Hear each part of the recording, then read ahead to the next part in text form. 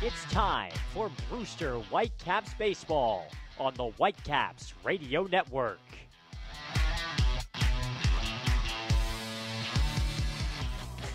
We welcome you to a sweltering Stony Brook Field here on an otherwise gorgeous Wednesday evening, getting you set for another Cape Cod League edition of Brewster Whitecaps baseball here on the Whitecaps Radio Network. I'm Carter Waddell alongside Morris Sheridan. Aiden Doyle will be hopping on in just a bit. The Whitecaps set to take on the Wareham Gatemen today in a home clash with Wareham. These two teams last met about a week ago in Wareham. The Whitecaps fell 2-1 in that ball game. What's it going to take? The same starter on the mound for Brewster and Joe Molatier. What's it going to take for Brewster to reverse that result here? Well, they just got to get the offense going, which they haven't had much of a problem with at Stony Brook Field. They have a way better record at Stony Brook Field, and when I was talking to Jamie Shevchuk, he really wants, they're playing 3 games in a row here. He wants those 3 games really bad. These are really crucial games, as there's only 13 games, I believe, left in this season, so every game now matters, especially now that they dropped to 4th place. They don't want to drop even further and then potentially be out of the playoffs. Right, this is a matchup of 4th place teams, Wareham in 3rd in the West Division by just a half a game. Brewster coming into this game right at 500, 15-15-1, and the Gatemen are 14-15-1, which puts them exactly 1 game out of 1st place in the West. That division is more crowded than a subway in Midtown in New York City. Let's send it over to the 3rd member of our crew, Aiden Doyle. Not only is this a big deal on the starting pitcher's mound for Joe Molatier, but there is a new face, or should I say a returning face at Whitecaps camp. Aiden, tell us more. Returning indeed, although he has never played a game here at Stony Brook Field because he left for Team USA before the Whitecaps home opener. Steele Walker, though, the outfielder out of the University of Oklahoma, is back in a Whitecaps uniform. And when I asked Coach Shevchuk what does he think Steele Walker brings to this team, he says a lot of energy, and I think that's very true. You can see Steele, even though he's just got here, already blending in, getting to know the guys, laughing, joking amongst his teammates. He said he's speedy on the base paths. The team looked a little bit lethargic, he said, yesterday at Veterans Field in Chatham, and he really thinks a guy like Walker, who obviously had a great year for Oklahoma, had a great time with Team USA, I believe 2nd on the team in batting average with a .333 average, just played fantastic for the collegiate national team. And he said, yes, obviously he brings that boost to the offense, to the lineup, but when you get a guy like him and even Hunter Bishop, who's sitting today against the lefty, out in the outfield, that really shortens the field for pitchers, improves the outfield defense, and overall can just bring more speed, more energy, and a different element to this Whitecaps team that he says the team's been lacking so far. And it seems like wherever Steele Walker goes, thank you, Aiden, he's been able to provide that spark. I mean, he did it for the Oklahoma Sooners this past spring. He did it last summer when he was over with the Wisconsin Woodchucks in the Northwoods League, and in his brief time here with the Whitecaps, you could say he's done that again, right, Maura? Absolutely, and the one thing I remember about Steele Walker is he can hit the ball hard, something that this team has kind of been lacking. Their offense needs Steele Walker, and then in the outfield, he's just another addition, give some guys a break out there. We've seen Hunter Bishop in center almost every game, and he'll get a break today, so that's just good to have those kind of numbers with this team. Yes, you're right. Hunter Bishop out of the lineup. And speaking of the lineup, let's run it down for you. Here's the lineup that Jamie Shevchuk will be trotting out for this ball game. Connor Smith is back in, and he'll be leading off and playing shortstop. Steele Walker is 2nd in the Brewster Whitecaps order, as we mentioned, out in center field. Mickey Gasper is back in the 3 spot. He'll be behind the plate. Julian Infante, the first baseman, hits cleanup. Nick Dunn will be the DH once again for Brewster, hitting in the 5 spot. Kyle Datris will bat 6th and play 3rd base. Chandler Taylor down to 7th in the Whitecaps order. He'll be back in right field. Marty Costas is in left field hitting 8th. And Christian Malfetta is back in the Brewster Whitecaps lineup at 2nd base and batting 9th, rounding out that Whitecaps lineup. Jamie Shevchuk not wasting any time, sticking Steele Walker right there at the 2 spot in the order. And they'll be going up against Mason Fioli, who's an intriguing prospect from the Wareham Gatemen. He's had a kind of an interesting season so far. Absolutely. We know he throws a fastball in the low 90s, a slider, and a changeup, but as we were talking before the game, he hasn't really gone the distance. He is one of the youngest guys on the team. He's still 18 years old, so just kind of getting into the Cape League. As we mentioned, he hasn't started since June 20th, so this should be an interesting matchup for Brewster, who really need to get their offense going, and if they can, this is the guy that potentially they could do it against. Fioli with a 6.23 ERA, and just as you mentioned, more 8 2/3 innings pitched this year. This will be his 5th appearance and 3rd start of the season for the Wareham Gatemen. And speaking of Wareham, we got time to run down their lineup here for you. Stephen Kwan is back in the leadoff spot. He'll be in center field. Tanner Dodson, the DH, hits second.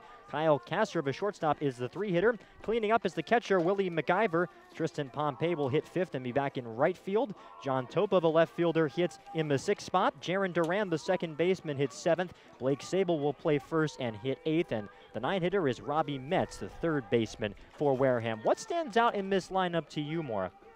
Well, this is a Wareham team that is really all about their pitching. So their offense has been, we saw it last time these two teams played, it was a 2-1, very low scoring game. But Willie McIver is very capable as he's batting in the 4th spot today, as per usual for him. So that's a guy they need to watch out for. But really, it's been the pitching for this Wareham team. They're also trying to get their offense going. So this should be a very interesting matchup today. Yeah, Wareham second in the Cape League with a 3.04 ERA. They certainly showed off their pitching prowess the last time the Whitecaps faced off against this team back at Spillane Field, a 2-1 Wareham win. All right, we're getting ready for the national anthem and the pre-game festivities, if you will, before this ball game. So we're going to step aside real quick, and when we come back, it's time for Whitecaps baseball. Whitecaps and Gatemen here from Stony Brook Field in Brewster. Back after this on the Whitecaps Radio Network.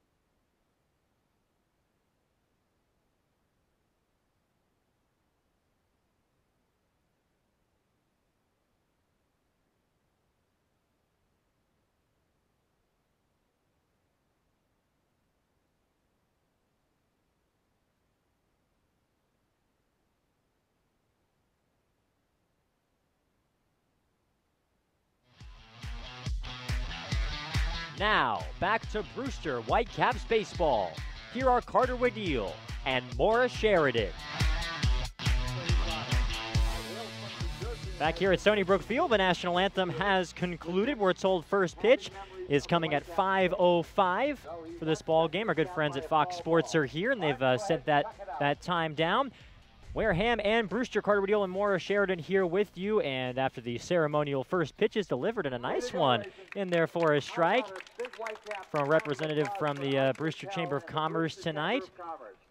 Joe Molatier is now aboard the pitcher's mound and is getting ready for his warm-up tosses. What should Whitecaps fans be expected from Joe Molatier's start? More last time out that he was there as a starter, it was against Wareham through 6 really solid innings. Was a tough luck loser in that ball game. Came out in the 7th, allowed a couple runners to reach base, and then those wound up coming around to score after Sam Bordner came into the ball game in a 2-1 defeat. What should Joe Molatier be looking for to try and replicate a performance like that? Well, after that game, I talked to Jamie Shevchik, and he said that was the best performance he's seen from Molatier all year. He liked what he saw. He said that he felt kind of bad. Shevchik just put him out in the 7th inning. That was one of the games where the bullpen was very depleted, so he just put him out there, and he got really fatigued, tired, and so that's kind of what happened in that game. But other than that, he really had a strong performance in that one. So Jamie Shevchik just expects the same exact thing as he saw the last time these two teams played. And I'm sure what Jamie Shevchik is also thinking about in terms of parallels to that last game against Wareham is the offense. Brewster's offense has been very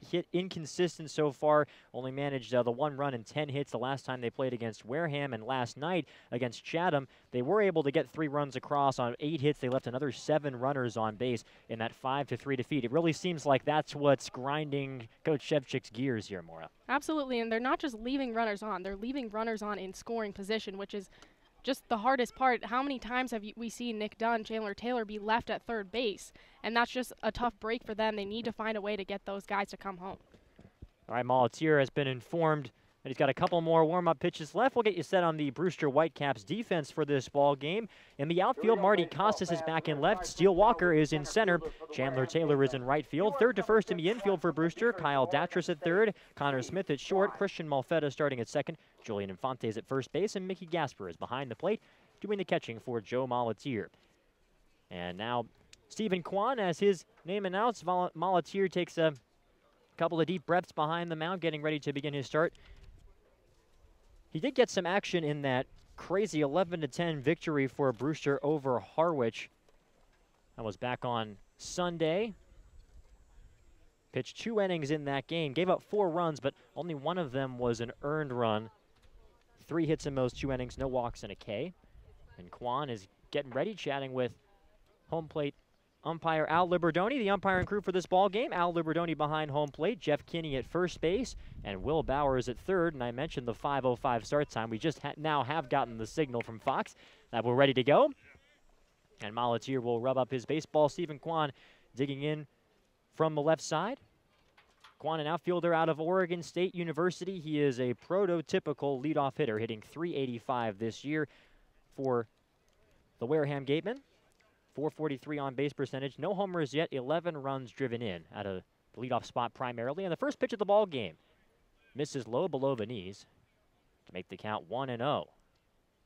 Kwan, a rising junior, a California kid. Originally, as here comes the 1-0 pitch from the righty Molatier, in there for a called strike at the knees. Originally was known for his bunting prowess. That was kind of what got him on the coach's radar at Oregon State. That wound up being one of his key roles, and then wound up getting moved down to the 2 spot in the order. Here comes the 1-1 pitch. It misses high and tight in a fastball to make it 2-1. And then when he went to the 2 spot, he kind of changed his approach a little bit, and all of a sudden had enough pop to his bat to kind of justify a place in any lineup. Here comes the 2-1 pitch. Another one that misses inside. Makes the count 3 balls and 1 strike. We're just underway here at Stony Brook Field. No score, nobody out, nobody on the top of the first inning. Whitecaps and Gatemen here in Brewster. Here comes the 3-1 offering. Breaking ball in there for a called strike up at the letters of Stephen Kwan. Of course, I say letters. No letters on the Wareham jerseys today. They're wearing their blue pullover unis with the red W in the upper left and the number in the lower right of the uni from the player's perspective. The pitch is swung on and missed. Got out on top of that one, did Stephen Kwan, and Joe Molatier starts his day with a strikeout. So Molatier able to work out of trouble, falling behind him at count with a few missed fastballs, but then gets the slider to get Kwan. And now it's Tanner Dodson's turn for Wareham. Dodson at DH for the Gatemen in this ball game, hitting .378 on the year, a .466 OBP, 500 is the slugging percentage, and the first pitch is a fastball in there for a strike. Molatier will work pretty quickly out there on the mound, not one to dwell on a previous pitch. He just goes right at you, and fastball command, like he does with a lot of the pitchers on the Cape, is very important for him. 0-1 the count on the lefty Tanner Dodson, who will now ask for time and step out of the batter's box. Dodson, a switch hitter, hitting from the left side for Wareham. Molatier shakes off 3-4 signs from Gasper, now gets the one that he wants. Here comes the 0-1. It's hit hard into center field right at Steele Walker, who doesn't even have to move. He moves back maybe a step or two and collects it for out number 2. That was a hard line drive off the bat of Dodson, but Walker was right there to put it away. Walker handling that one with his customary, not sure what the word is, just a very relaxed nature out there on in the outfield grass in center field. So now it's the shortstop, Kyle Kasser, digging in. Kasser, an Oregon Duck, so perhaps maybe a bit of tension between him and Stephen Kwan? Maybe not. They're teammates here. Here comes the pitch to the lefty. It misses low. And that makes the count 1-0. Another first pitch fastball that couldn't quite find the zone there from Joe Molatier. The count is 1 ball and no strike on Kyle Kasser. And here comes the pitch. Hit high in the air, shallow center field. Coming in is Steele Walker, moving to his left, and he makes a basket catch on the run to retire the side. Steele Walker never looking phased out there in center field, had a beat on that ball from the get-go, and puts it away with a basket catch. And it's a 1-2-3, top of the first inning for Joe Molatier. At the end of a half, it's 0-0. Brewster Whitecaps coming to bat here at Stony Brook Field. You're listening to Whitecaps Baseball on the Whitecaps Radio Network.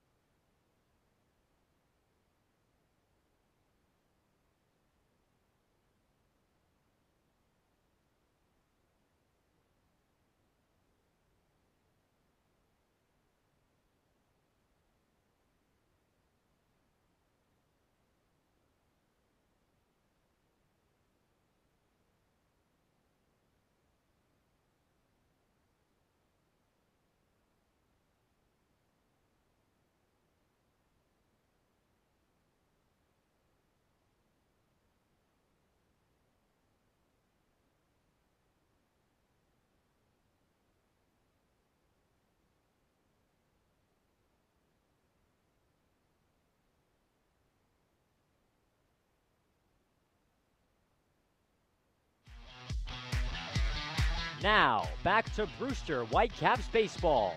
Here are Carter Wadil and Maura Sheridan.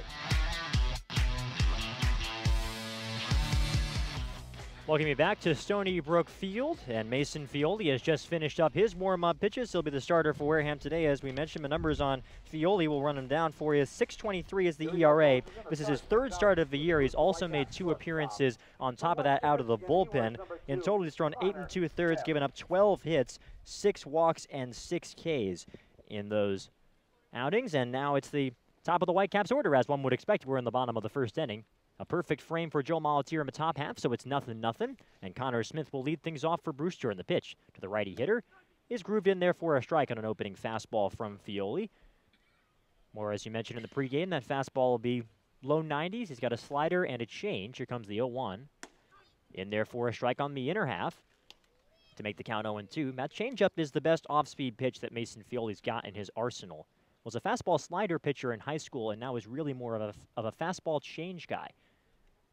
0-2 is the count as he stares in, getting the sign from MacGyver behind the plate. Here comes the pitch. It skips in front of MacGyver low for ball number 1. Connor Smith Back in at the leadoff spot for Brewster, hitting .250 on the year, a .329 OBP. Still waiting on his first extra base hit. Has 4 runs driven in to his credit. Here comes the 1-2. It's fouled back to the screen to make the count still 1-2. And one thing to keep an eye on when Mason Fioli is pitching, especially out of the windup, he's got a real high leg kick. Reminds you of Dontrell Willis, the height that he gets on his right leg. When the righty delivers, he shakes off a sign, now gets the one he likes. 1-2 pitch. That was a changeup, it misses up. So 2-2 is the count now on Connor Smith. Brewster right at 500 here, 4th place in the East Division coming into this ball game as the 2-2 skips low to bring the count full. Jamie Shevchik said last night that really the mindset of this team has changed to just trying to get into the postseason. And once they're there, it's baseball, you never know. That's their mindset right now. The payoff pitch, swing and a miss, he got him. Out in front of that changeup was Connor Smith. That's the first strikeout of the ball game for Mason Fioli, and there's one gone in the bottom of the first.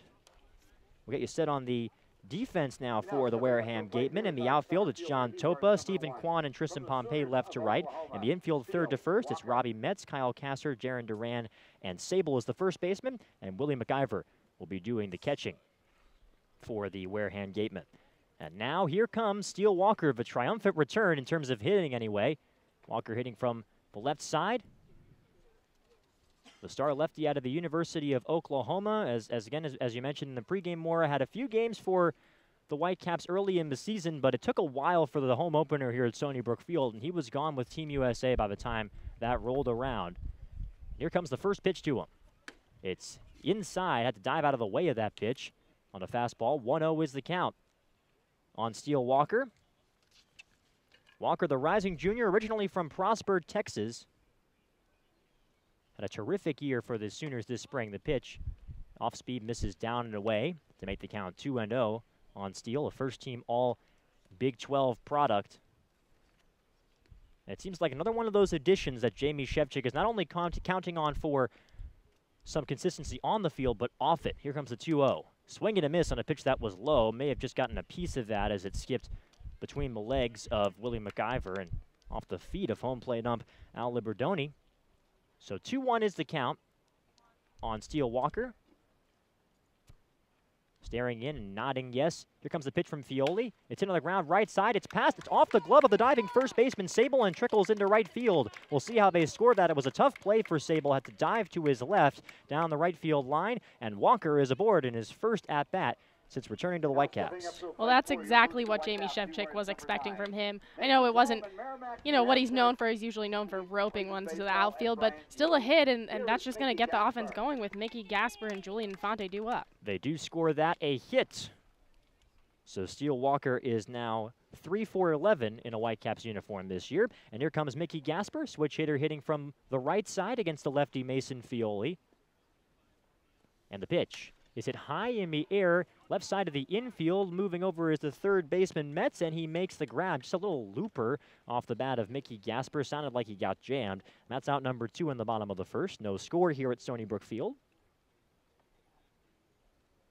And now it's up to Julian Infante to try and see if he can do something with what he's been offered. Walker on first base, if you're wondering about speed, does not have a ton of stolen bases to his resume. Did have one during his short stint with the team at the start of the year. He was 2 out of 5 with Oklahoma this past spring.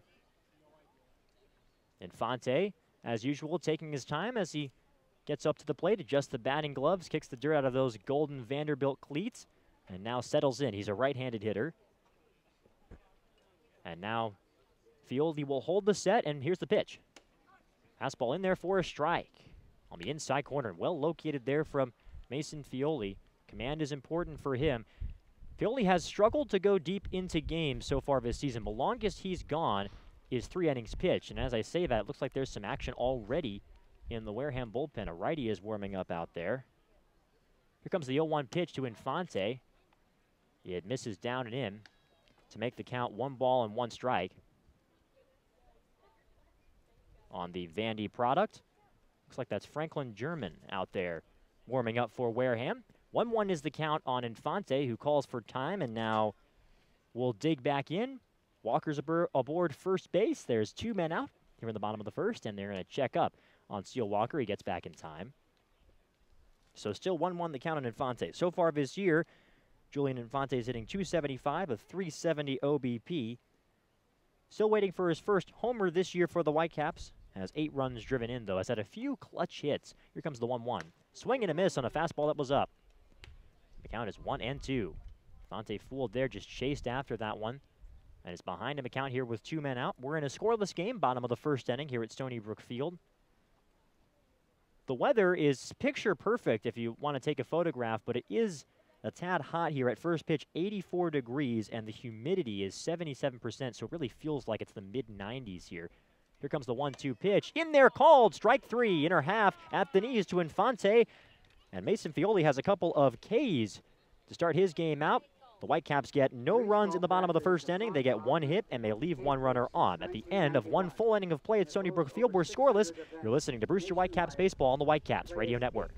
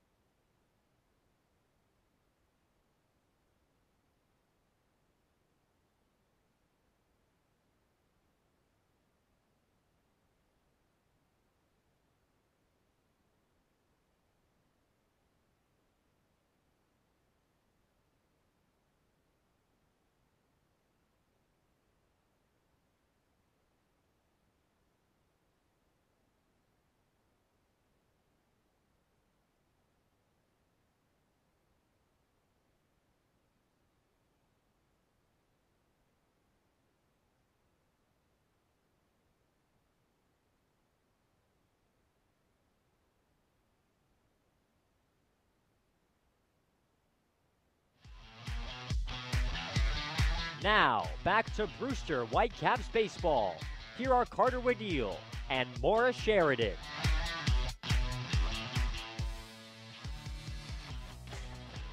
Earn a bachelor's or master's degree, complete a certificate, or take just a single course through the Division of Continuing Education and Graduate Studies at Curry College. Classes run days, evenings, and weekends in Milton and Plymouth. To learn more about programs in business, criminal justice, education, nursing, and more, visit curry.edu. We welcome you back to Stony Brook Field. Joe Molatier worked 1-2-3 top of the first, so it's the 4, 5, and 6 hitters due up for Wareham here in the top of the second inning of a scoreless game. Starting with Willie McIver. McIver, a man who can just flat out do it all for this Wareham Gatemen club, a recently minted Cape League All-Star at catcher. Here comes the pitch to the right-handed hitter. It's hit hard into right field. Coming in, it's a right fielder, Taylor, and he makes the catch on the run. A nice basket snag from Chandler Taylor, who saw that baseball all the way, and Willie McIver is retired for out number 1. A couple of pieces of hard contact. We saw a few tricky plays for Steele Walker on the top of the first inning. And then there, a nice job by Chandler Taylor to track that baseball down in time. And now, speaking of hard contact, here's a guy who hits a lot of it in Tristan Pompey. The lefty hitter out of Kentucky. The pitch misses up and away from Joe Molatier. Pompey, a switch hitter hitting from the left side against the righty Molatier today. And here comes the 1-0 offering. It misses low for ball 2. 2-0 the count. Pompey on the season for the Gatemen hitting just .229, a .276 OBP. Does have a pair of dingers and 11 runs batted in. Had a terrific season on that very surprising Kentucky team this past spring. 2-0. Hit on the ground, a high chopper right side, moving to his right, and bobbling it for a minute is Connor Smith, and he can't make the throw to first in time. We'll see how they score that, but Pompey is aboard. Smith, or Molatier, excuse me, was moving to his right, and he tried to backhand that baseball, was able to knock it down and keep it in front of him, but do nothing more, and that will be an E4 on Christian Malfetta. That is error number 4 for him this season in limited action at second base. Wearing number 14 for the Gatemen from UConn. Here's the left fielder, John Coper. So Malfetta able to knock that down, and that was it. And now Pompey, who is 4 out of 6 on the Cape so far, stealing bases, is aboard first base. And now here comes the righty hitting John Topa. Here comes the pitch. It's in the air for a strike at the letters. To Topa, who's out in left field for Don Snedden's team, Wareham managed by Don Snedden in his first year as the head coach of the Baseball Club. He was their third base coach last season and was promoted before this season began. 0-1 is the count. And here comes the pitch to the right-handed hitter. It's fouled back to the screen. So far, Topa hitting .308 on the year, a .385 on base percentage. Still waiting for his first home run, 9 runs driven in. Leads the team with 26 strikeouts at the plate so far this season for the Wareham Gatemen. Runner aboard first base. There's one man out. We're in the top of the second of a scoreless game. Volunteer holds the set and deals. It misses up high. The count is 1-2. Volunteer's command not looking maybe quite as consistent as it was in Wareham the last time he was a starter. So far, anyway, of course, a lot of time for him to get settled in on this muggy day here in Brewster. Volunteer shakes off Mickey Gasper once more and now will hold the set. It's Gasper tapping the dirt with his mid. Here comes the 1-2. It misses outside. Looked like Gasper might have been looking for something down and in there. Had to move the glove across to grab it on an off-speed pitch. So 2-2 is the count. Volunteer's got 4 different pitches that he'll work with, a 4-seamer, a 2-seamer, a slider, and a changeup. And it looked like that was a changeup there that missed away. 2-2 the count on John Topa, the pitch. Another off-speed pitch that misses low, so that brings the count full on Topa. Topa out of the University of Connecticut, another Cape League All-Star in this Wareham Gatemen club. Originally from Middletown, Rhode Island, a rising junior. Here comes the 3-2. Runners going. The pitch is swung on and missed for strike 3. The throw down to second base is not in time. It got out of the glove of Christian Malfetta. That throw might have beaten him if Malfetta had been able to hang on to it, but it just popped out of his glove. So Pompeo is aboard second base. No strike him out, throw him out to be found there, though Topa is retired, and now it's Jaron Duran's turn. Here's second baseman, Duran.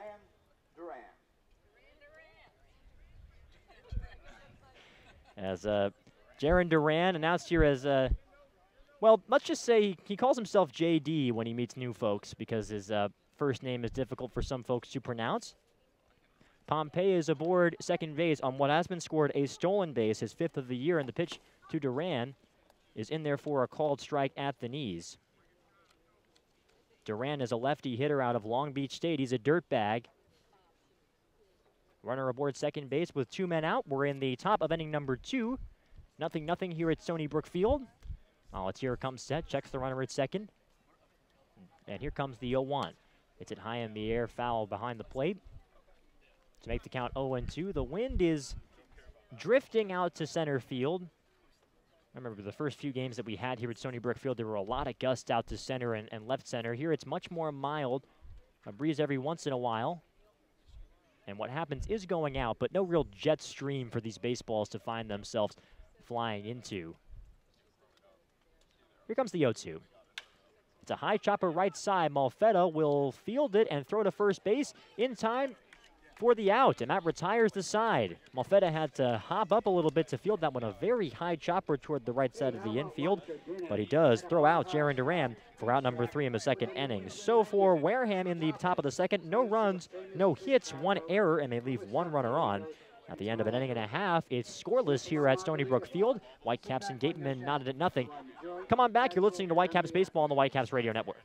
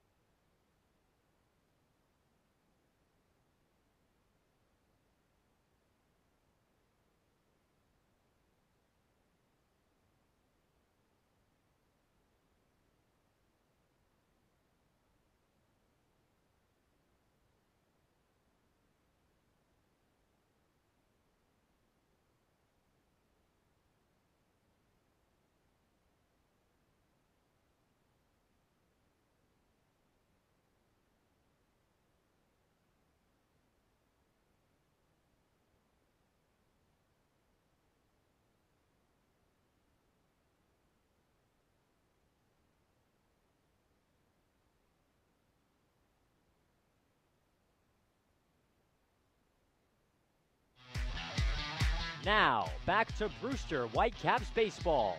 Here are Carter Wadil and Maura Sheridan. We go to the bottom of the second here at Stony Brook Field on a muggy but otherwise nice day for some baseball. Still waiting for our first run of the game between the Whitecaps and the Wareham Gatemen, and it will be Dunn, Datris, and Taylor due up for Brewster, the 5, 6, 7 hitters on Jamie Shevchik's lineup card. Dunn hitting from the left side, and the pitch from Mason Fioli is cut on and missed. The count is 0-1. So far, that looked like it was either at the letters or up above the zone there from Fioli. Here comes the 0-1 pitch. In there for a strike at the knees. So far, Fioli, as I was saying, has really had good command of the hard stuff. He's been able to pour it in for strikes at the knees, but also fool a few Whitecaps to go fishing up above the zone. 0-2 pitch. Breaking ball hit on the ground, foul. A high chopper toward the right side. The first baseman, Sable, gave it a run, but it was in foul territory. So 0-2 remains the count on Nick Dunn. So far this year for Dunn, hitting .305, a .353 on base percentage. No home runs and 12 runs driven in. Has really heated up over the past couple of weeks for Brewster. And here comes the 0-2 pitch from Dunn. A slow breaking ball in there, called strike 3. That one on the inner half, it appeared, and ringing him up was Al Liberdoni, strikeout number 3 for Mason Fioli, and his second in as many hitters. And he's done them on 3 different pitches. Got Connor Smith swinging on a change. Fooled him with a change of speeds in the first inning. Then Infante was caught looking on a fastball in the first. And then Dunn frozen on a breaking ball. A curveball in there from Fioli. So now here comes the righty Kyle Datris. The pitch. Fastball in there for a strike. And the count is 0-1 on the UNC Tar Heel. No score here, bottom 2. 1 man out and no one on. The pitch to the righty skips in front of the catcher, Willie McIver. That one looked like it bounced maybe right off of home plate, if not just in front of it. 1-1 the count now on Kyle Datris, and here comes the pitch. It misses just low on the fastball, makes the count 2 balls and 1 strike. Fioli, a rising sophomore, as you mentioned, more one of the younger guys you'll find in the entire league. 2-1 offering.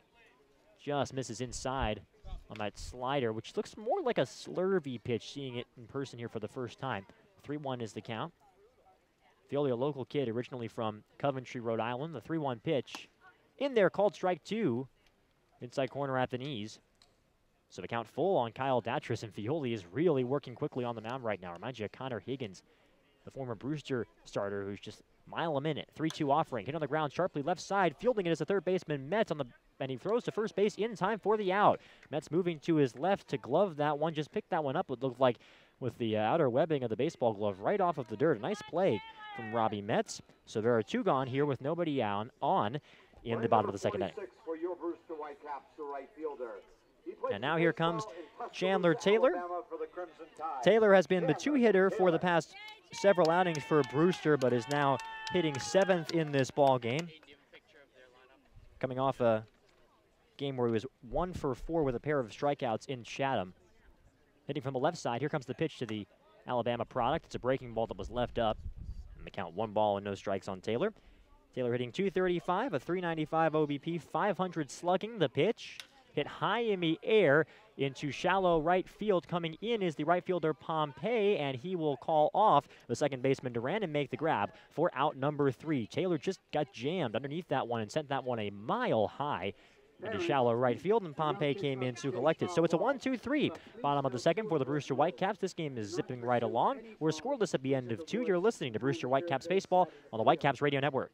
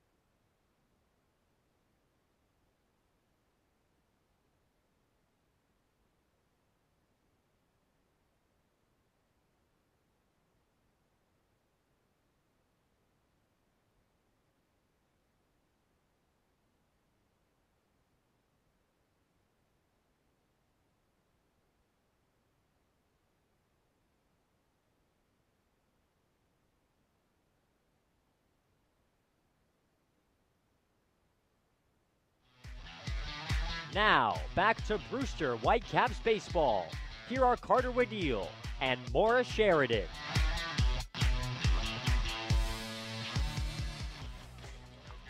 Back at Stony Brook Field, still looking for our first run of the ball game. Scoreless as we start the top of the third. Both pitchers are looking pretty darn comfortable. Fioli for the Wareham Gatemen and Molatier for the Whitecaps, and it's Molatier who will get back on the mound here in the top of inning number 3. He'll face 8, 9, and 1 for Wareham. That's Sable, Metz, and then the leadoff hitter Stephen Kwan. Sable digging in from the left side for the Gatemen here. Out of USC, here comes the pitch. It's in there for a strike. Another California kid on this Wareham Gatemen team. Staying close to home, going to be a Trojan. 0-1 is the count. Here comes the offering. Hit on the ground sharply right side, moving to his right and fielding on the backhand is Infante. He underhands it to Molatier, who makes the play covering for out number 1. A terrific play from both Infante and Molatier, who nearly lost his footing when he went to cover that. His foot skidded around the first base bag, but he got there in time. And a nice little 3-1 for out number 1 of the third inning.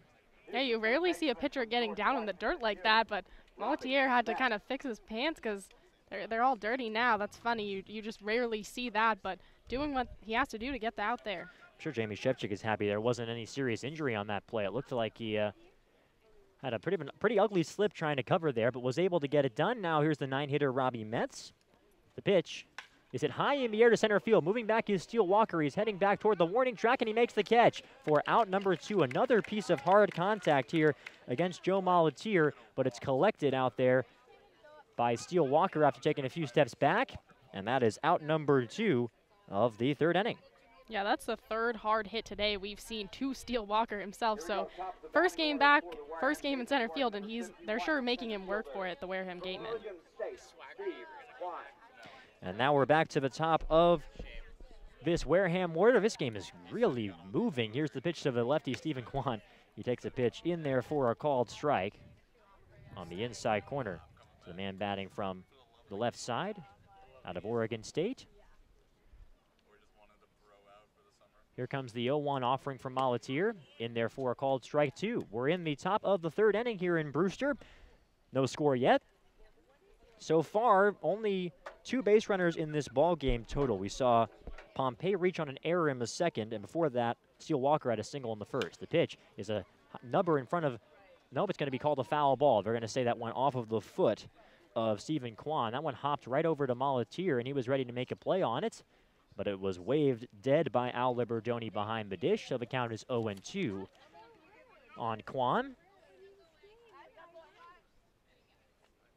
Kwan's one of those guys, like a lot of young players, who has tinkered with his swing over the years in college. When he was a freshman, he tried out this big leg kick to try and get some more power. As I mentioned before, he's really known as a guy who just gets on base and causes trouble once he gets there.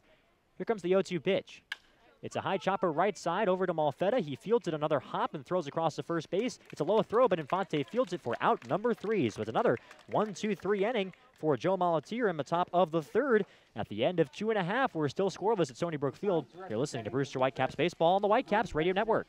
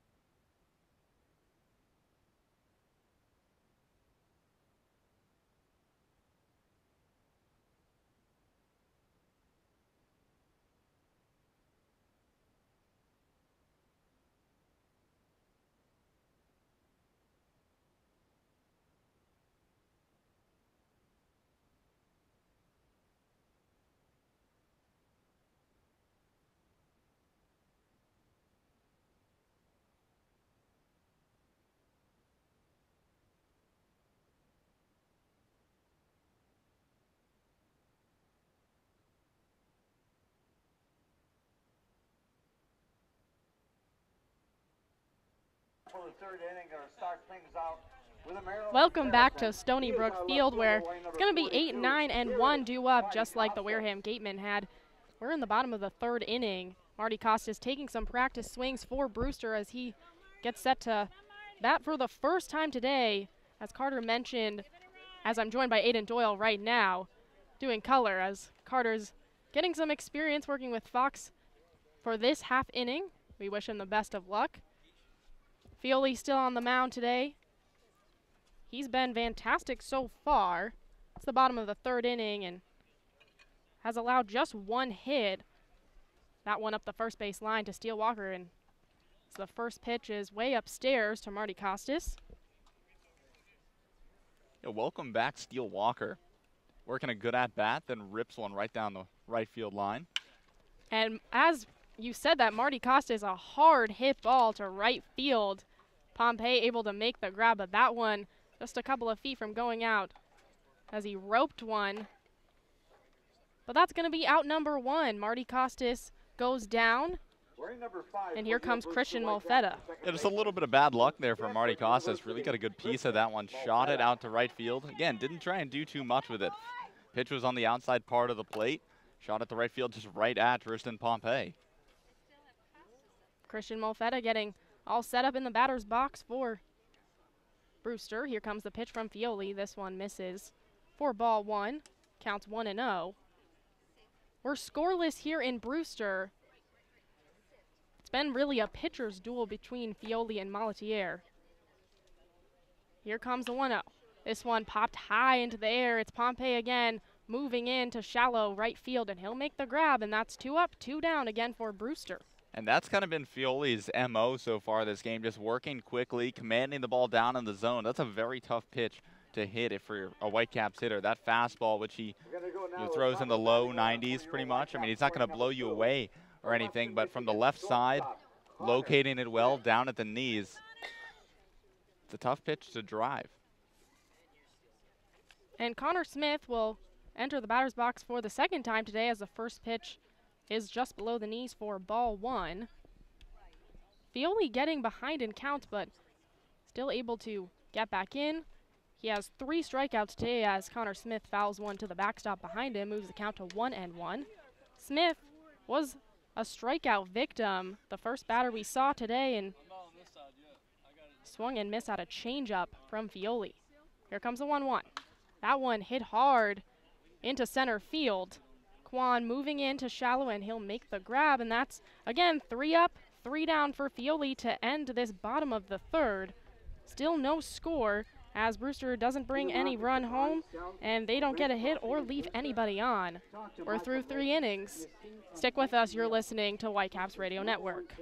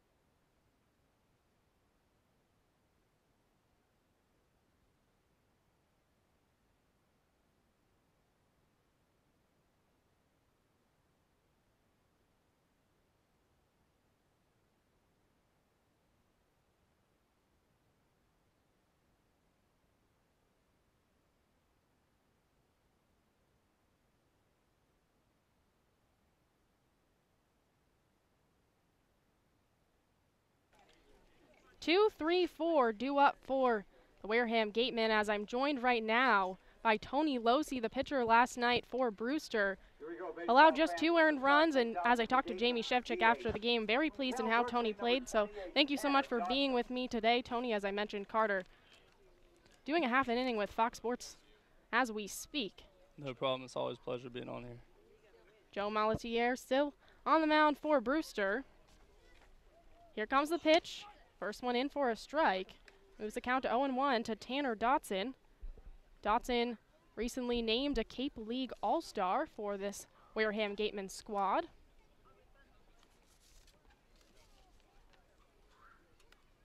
The 1-0 swung on and hit to Julian Infante at first. He'll make the grab. Malatier on the move, steps on the bag, and that's good for out number 1. We saw that play before, but Malatier kind of slid on that one. This time, able to get the out, standing up straight, so 1 down in this top of the 4th inning for Brewster. With Malatier on the mound, you see a lot of weak ground balls because his two-seam, he's able to throw his two-seam whatever he wants on the count. It's a very good pitch for him, and it helps him locate down his zone for weak ground balls. It's going to be Kyle Kasser digging in for the Wareham Gatemen right now, stepping in the batter's box. Kasser also a Cape League All-Star for Wareham. Here comes the pitch. This one hit hard into left field. Marty Costas moving in, makes the grab, and 2 up, 2 down. This game moving very quickly. It's 5:42, and we're in the top of the 4th inning with 2 outs. This is a very good job by Joe locating down in the zone, able to get contact early, a lot of quick outs. That's what we need to get back in the dugout to rally for some runs. Here's the catcher for the Gatemen from the University of Washington. And here comes Willie McIver, another Cape League All-Star, so 3 in a row. 2, 3, 4 in this lineup for the Gatemen. He'll dig in. Here comes the first pitch from Malatier. Finds a strike zone for strike number 1. Counts now 0-1.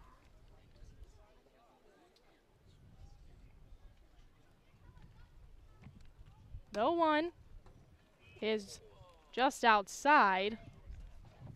Brewster fans not really a fan of that call, so the count moves to 1-1. Wareham still has yet to get a hit today as the 1-1 is swung on and missed by McIver. Then again, that's a two-seam right there that can just dive down in the zone to a right-handed batter inside pitch. Just a great pitch, well located by Malatier. Malatier ahead in the count, 1-2. Stares in to his catcher Mickey Gasper today. Here comes the 1-2. That one low in the dirt, squeaks behind Gasper. But with no runners on, no problem. Counts now 2-2. McIver, a Washington Husky, teammates with Brewster Whitecaps, AJ Graffinino and Joe Demirs. Here comes the 2-2. That one again down low. Count now runs full. 3 balls, 2 strikes to Willie McIver, who's batting .327 on the year. Has a .415 on-base percentage. In his first at-bat, had a hard-hit line drive over to Chandler Taylor in right field. Here comes the payoff pitch. That one in the dirt, and this is going to be a base runner for the Wareham Gatemen with 2 outs. That is the first walk today for Joe Malatier as he steps off the mound. Trying to reconvene.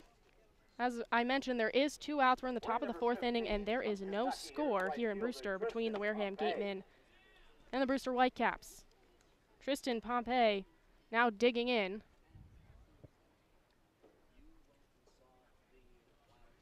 A swing and a miss on the first pitch from Malatier to Pompey. Moves the count to 0-1. Pompey's a real respected hitter in college baseball. You saw that everybody watched the college home run derby. He was one of the contestants in it. He will also be participating in the Cape League home run derby against Brewster's own Chandler Taylor. Here comes the 0-1. That one just below the knees for ball 1. Moves the count to 1-1. Again, runner on first for Wareham. It's Willie McIver. Got on a walk. That's a great job by Joe throwing the same pitch in the same location. He swung it the first time, knowing that he cannot leave that changeup up in the zone. That's a well-located pitch. The 1-1. That one squirts behind Mickey Gasper, and McIver will just jog over to second. That one in the backstop. So McIver able to move into scoring position for the Wareham Gatemen. Tristan Pompey right here, I know what he loved to do in college. this year is just get his hands extended. He is a better hitter from the left side than he is from the right side. Counts now 2 balls and 1 strike. Again, 2 outs, no score here in Brewster, Mass. Malatier swiveling his head, looking over at the runner on second, and Pompey, another hard hit one to right field, and that one will get over the head of Chandler Taylor, and McIver will score from second, no problem. Pompey moving towards third, and he'll slide in there safely, so a triple from Pompey for the first hit of this game. The score is now 1-0. Wareham able to score on that one. McIver, no problem, really just jogged from second, as that was a well-hit ball over the head of Chandler Taylor. And that right there just goes to show you it's well located. That wasn't so much of a well located pitch. He left it up in the zone. He got his hands extended with his plus speed, allowed him to get a triple on that play. So now a runner 90 feet away for John Tapa, who struck out in his first at-bat in the second inning. Here comes the pitch, that one way upstairs. Mickey Gasper gloves it and jogs out to have a conversation with Malatier. Mickey's a really good leader on this team. He knows how to control the game very well. I think he calls the game very well. He also slows down the tempo when a pitcher speeds up and does other things. He's a great leader out here. Gasper jogging back behind the plate. Jamie Shevchik always raves about Mickey Gasper and how he leads on this team. He says if there was a captain, it would be Gasper. 1 ball, no strikes. Here comes the pitch. This one again, high, same spot. Count moves to 2-0.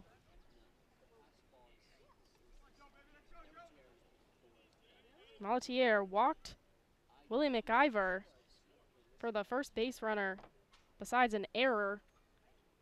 Here comes the first pitch and the next pitch, and that one again high, so counts now 3-0.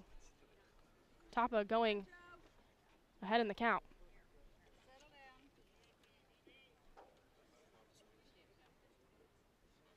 Malatier taking a big breath on the mound, trying to get back into this game. Here comes a 3-0. This one right up the middle for a strike. Counts now 3-1 on Tapa. He's playing left field today for the Gatemen.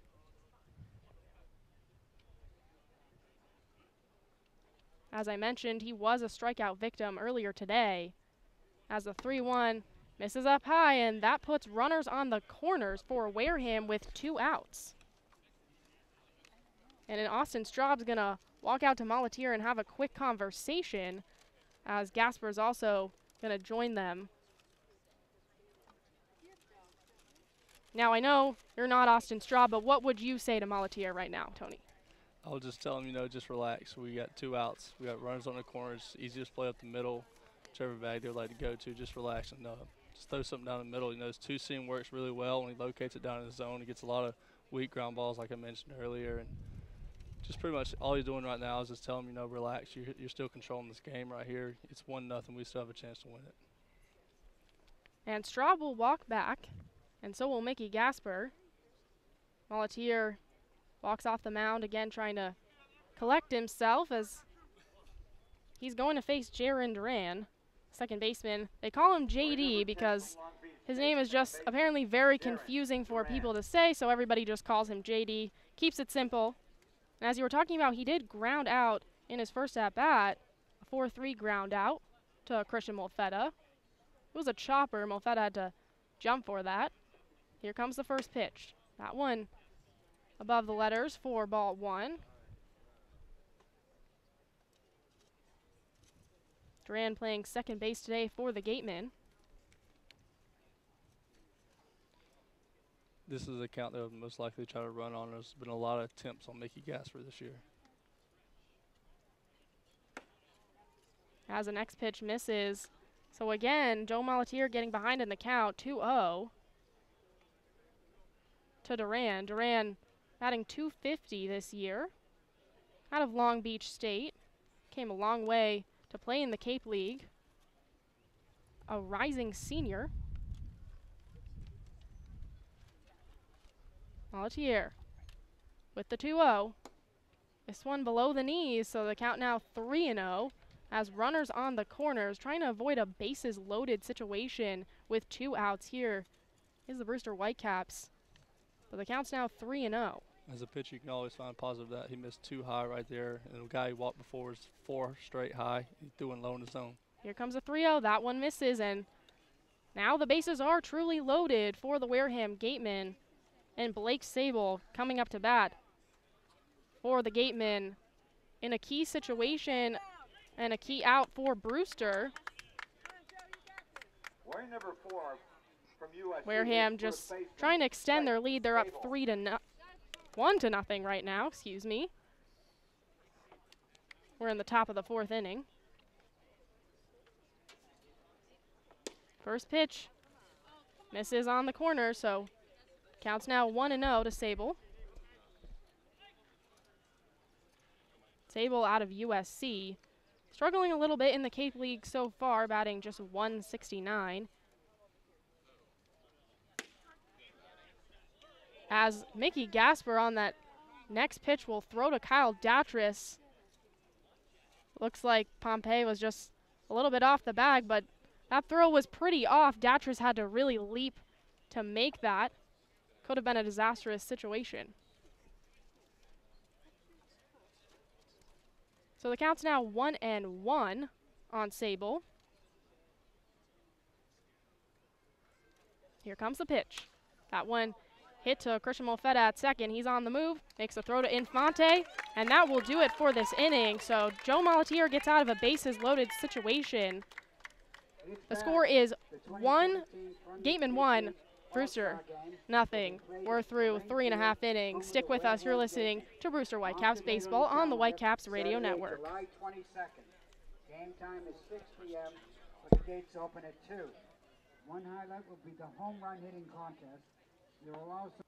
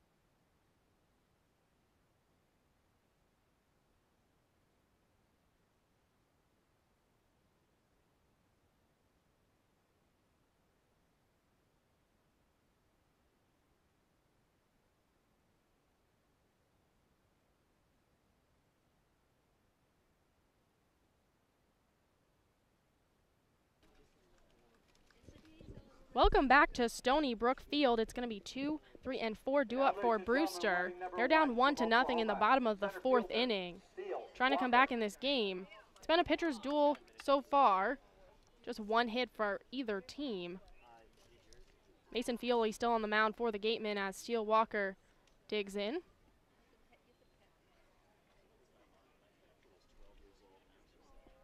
Walker having a conversation with home plate ump Al Lee Bernardi, who called time on that one as Walker able to take a couple of practice swings. Fioli's already, though, on the mound staring in, ready to face Steele Walker for the second time today, the only Brewster player to get a hit. Here comes the pitch. This one low below the knees for ball 1. Counts 1-0 on Steele Walker.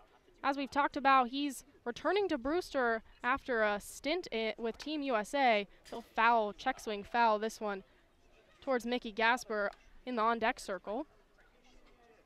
Counts 1-1. Walker was one of the best offensive players with Team USA. Batted 3-3. That was good for second on the team. Here comes the 1-1. This one hit high into center field. Fielder Kwan moving back. And plenty of time for him to make that grab. That one stayed up in the air for a long time, so that's 1 out for Brewster.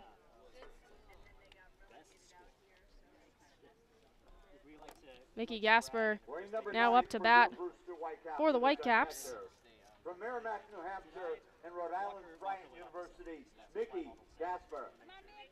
Gasper behind the plate today for the Whitecaps. We've seen a couple of runners run on him today. Here comes the first pitch. This one taken by Gasper for strike one.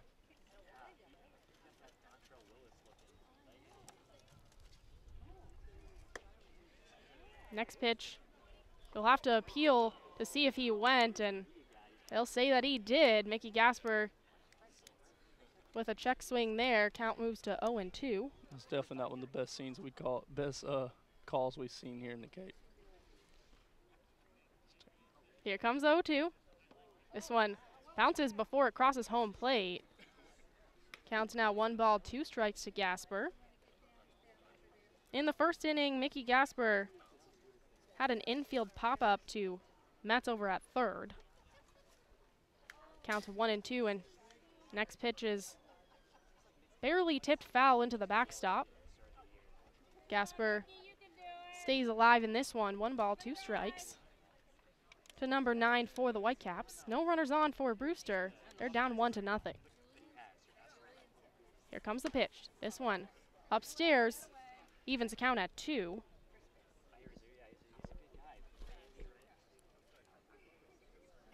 Brewster trying to get their offense going. Yesterday, they got it going in the bottom of the 7th, but it was kind of too little too late as Gasper looks at that next pitch and goes down.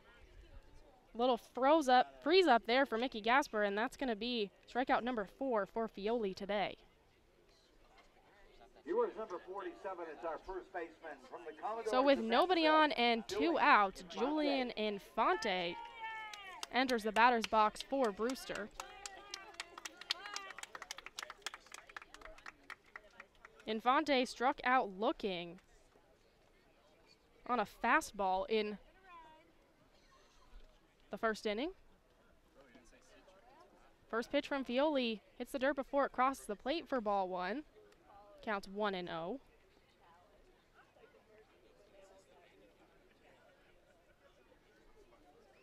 Infante not one as the 1-0 is hit to third base. Matt's able to make the grab, throw over to first, and that will do it for the 4th inning here in Brewster. Pioli retires 2-3-4. No runs come through on no hits, and nobody left on for Brewster. The score is still Wareham 1, Brewster nothing. After 4 innings of play, stick with us. You're listening to Brewster Whitecaps Baseball on the Whitecaps Radio Network.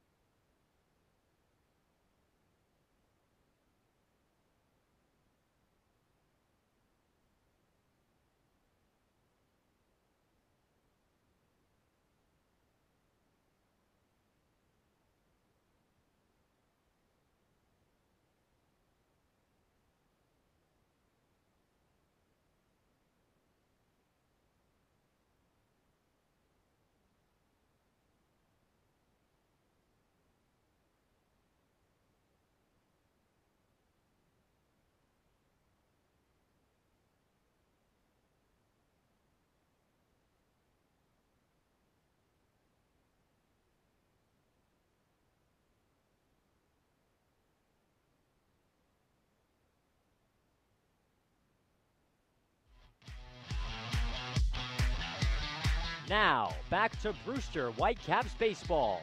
Here are Carter Wadil and Maura Sheridan. Welcome back to Brewster, Mass. Joe Malatier still on the mound for the Brewster Whitecaps as the number 9 hitter Rob Metz digs in for the Wareham Gatemen. Wareham up 1-0. They scored in the last inning as Joe Molatier gave up his first hit to Pompeia. Triple as first pitch is bunted on the third base line. Kyle Datris with the throw, but not in time. Datris whipped that one over to first, but was unable to beat Metz on the move, so that's another base runner for the Wareham Gatemen. Well, it seems like Kyle Datris just can't catch a break right now. We saw that a couple of times last night against Chatham where he charged and barehanded a baseball, and both times just a little bit late. A terrific play. He really has settled into third base for Brewster. His hands have gotten really, they've been very sure-handed over at third base. So now a runner on first, nobody out for leadoff hitter Stephen Kwan. Here's the first pitch, runner going, but that one fouled on the third base line, so Metz will have to retreat back to first. He was on the move. We've seen a couple runners run on Mickey Gasper today, as Tony Losi, when he was filling in for Hugh Carter, said that a lot of coaches like to do that. They know the scouting report on Mickey Gasper, and Mickey Gasper is very unhappy whenever that happens. Kwan getting set back in the batter's box. Count's 0-1. Here comes the pitch. This one up high for ball one, moves the count to 1-1. Molatier walked 3 batters in the last inning. Struggled to find the zone.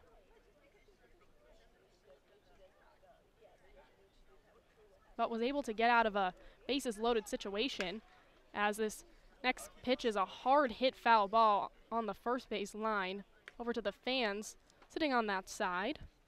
Counts now 1-2.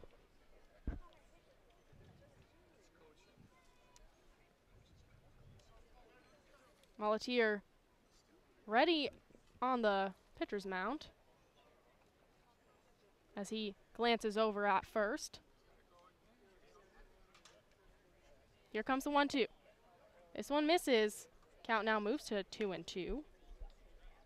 Kwan is 0 for 2 today, struck out in the first inning and had a 5-3 ground out in the third.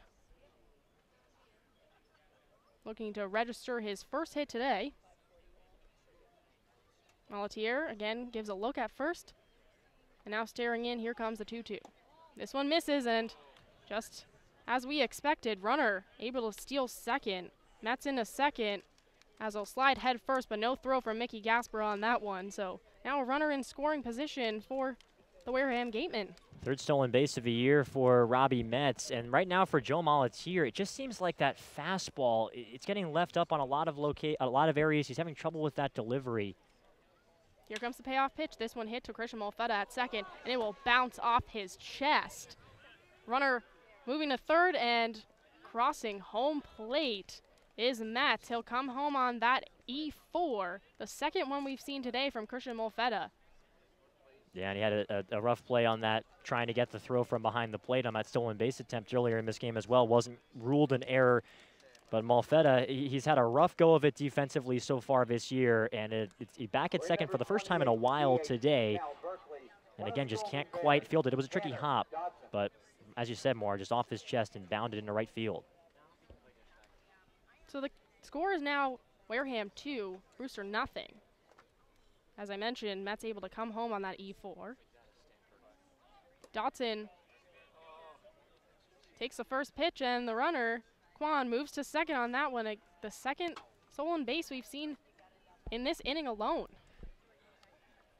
And now for Molatier, it's important that he's able to keep his composure right here. You know, Molatier is a guy who is always ready to go for the next pitch. But this is a tough situation. Obviously, still nobody out to have the error be committed behind him, and then those stolen bases. As the pitch to Dotson is up the middle for strike number 1. Counts now 1-1. Dotson is the designated hitter today. He's 0 for 2 on the day also. Had a hard line drive to steal Walker, though, to start out his time today as the 1-1. Again, unable to find the strike zone. Counts now 2-1 on Dotson. Hey, let's go 2-9. In the fourth inning, Dotson grounded out to first. looking to register his first hit today with a runner in scoring position and nobody out. Here comes the pitch. This one barely fouled to the backstop behind him. Evens the count at 2.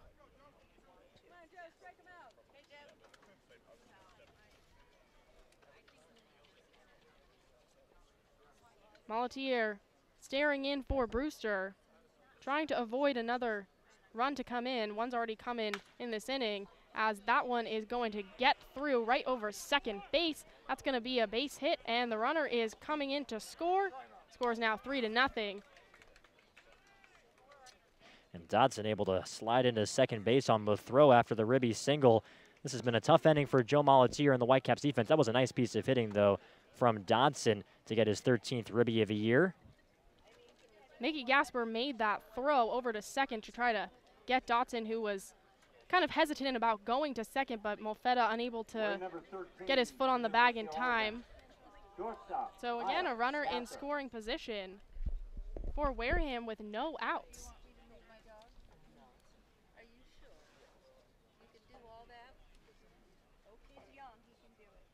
Kyle Kasser now up to bat. He shows bunt on the first pitch, but that one's high out of the zone.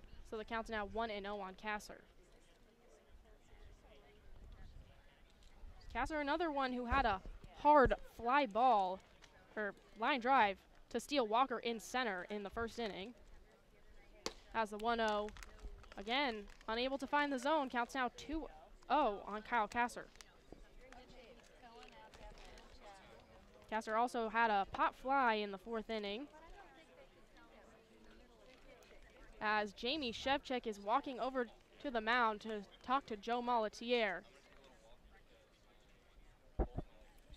Mickey Gasper, Molatier, and Shevchik having a conversation, and that will be it for Molatier today, as we see what looks like the new pitcher coming in is going to be somebody we haven't seen today. Or this year. We'll tell you who that is after the break. Stick with us. You're listening to Brewster Whitecaps Baseball on the Whitecaps Radio Network.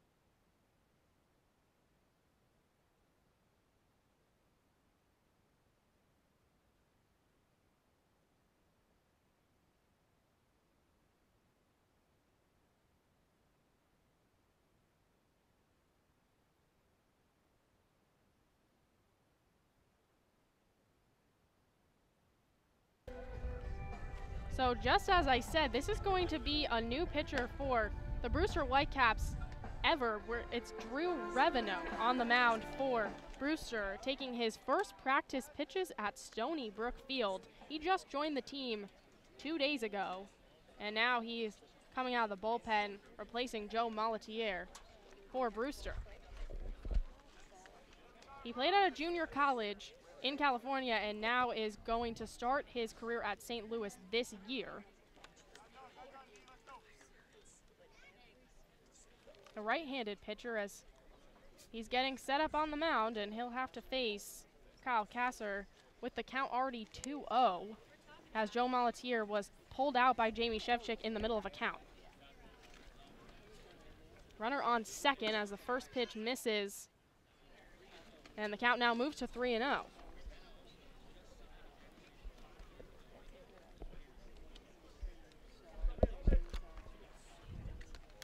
It's Tanner Dotson at second. Wareham trying to move home the third runner of this inning as this next pitch from Revenue is in for a strike. Counts now 3-1.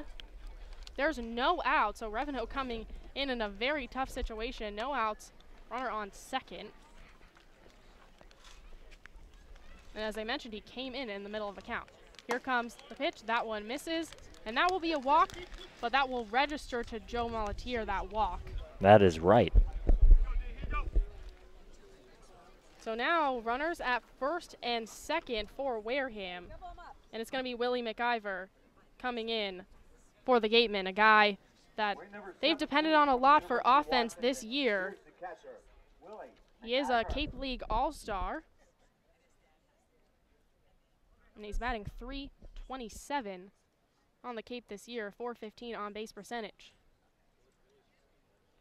Getting ready for the first pitch from Revenue. Here comes the pitch. That one finds a strike zone for strike number one. Counts now 0-1. McIver had a hard line drive to right field over to Chandler Taylor in the second inning, and then was able to walk in the fourth and come home for the first run of this game. That next pitch finds a strike zone, so counts now 0-2. Brewster just trying to get the first out of this bottom of the fifth inning.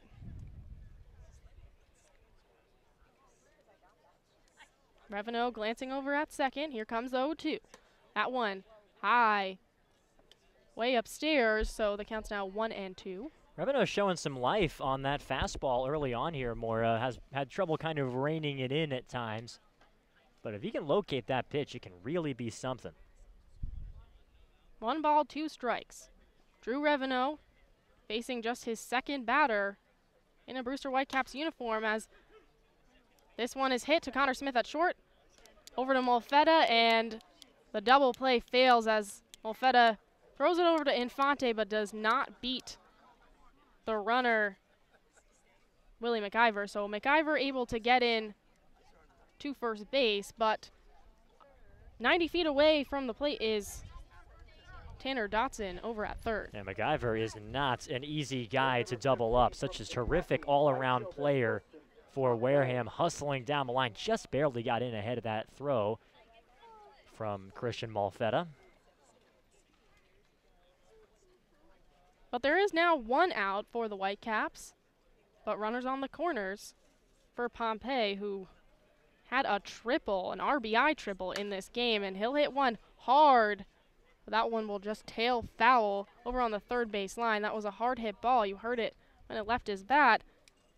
As both Tony Losi and I were talking about, this is a guy who can hit the ball. Tony Losi says he does not like going up against Pompey, and he hopes he really never has to. Yeah, Losi's seen him in the SEC. That's right. These are both SEC players, and I hear what Tony's talking about. I mean, that was an absolute bullet on that ribby triple. He is a guy who can just, at any moment, just whack the cover off the ball. Here comes 0-1. That one, a strike from Revenue, moves the count to 0-2. Revenue brought in by Jamie Shevchik and his coaching staff just because this is a very depleted bullpen. He's expected to come out of the bullpen, not expected to get any starts for this Whitecaps team, but Jamie Shevchik very happy that they can just get bodies. Here comes 0-2, that one in the dirt. Mickey Gasper jumps out of his crouch and stares down runners at first and third. No movement there, so the count's now 1-2.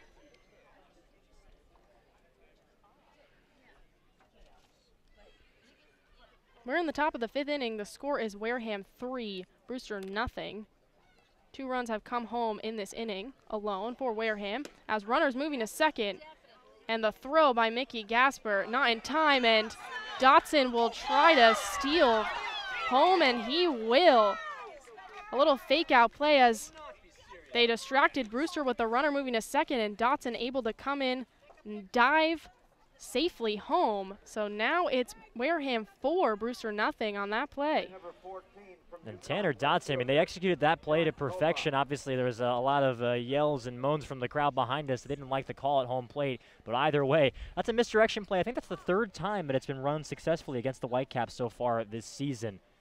You got the guy on the mound who's coming in for his first Cape League appearance, maybe not paying as much attention to the runners as he ought to, and pouncing on that one was Don Snedden. A gutsy call.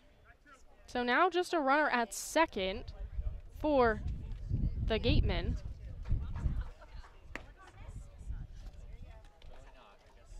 As the pitch from Reveno is in for a strike to John Tapa.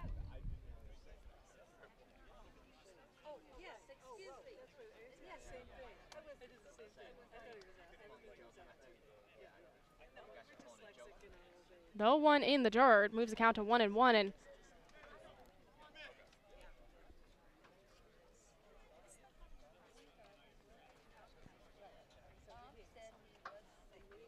I believe on that play, Pompey also struck out,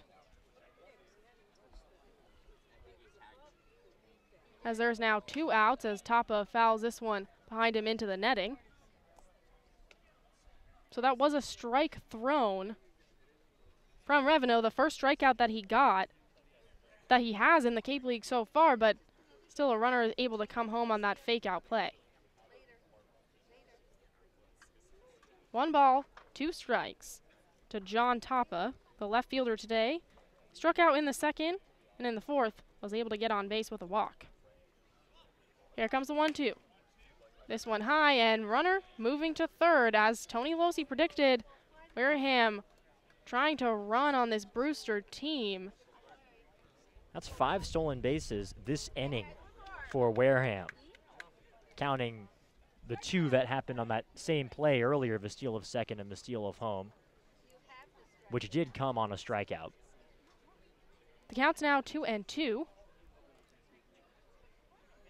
As the 2-2 finds a strike zone, and that's 2 strikeouts in a row for Reveno. But 3 runs do come through in this inning for the Wareham Gatemen. The score is now Wareham 4, Brewster nothing. We're through 4.5 innings of play. Stick with us. You're listening to Brewster Whitecaps Baseball on the Whitecaps Radio Network.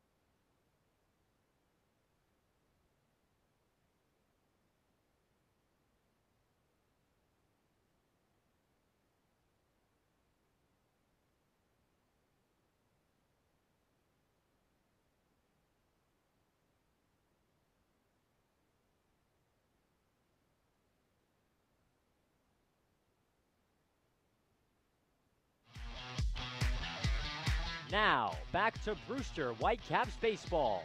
Here are Carter Wadeel and Maura Sheridan.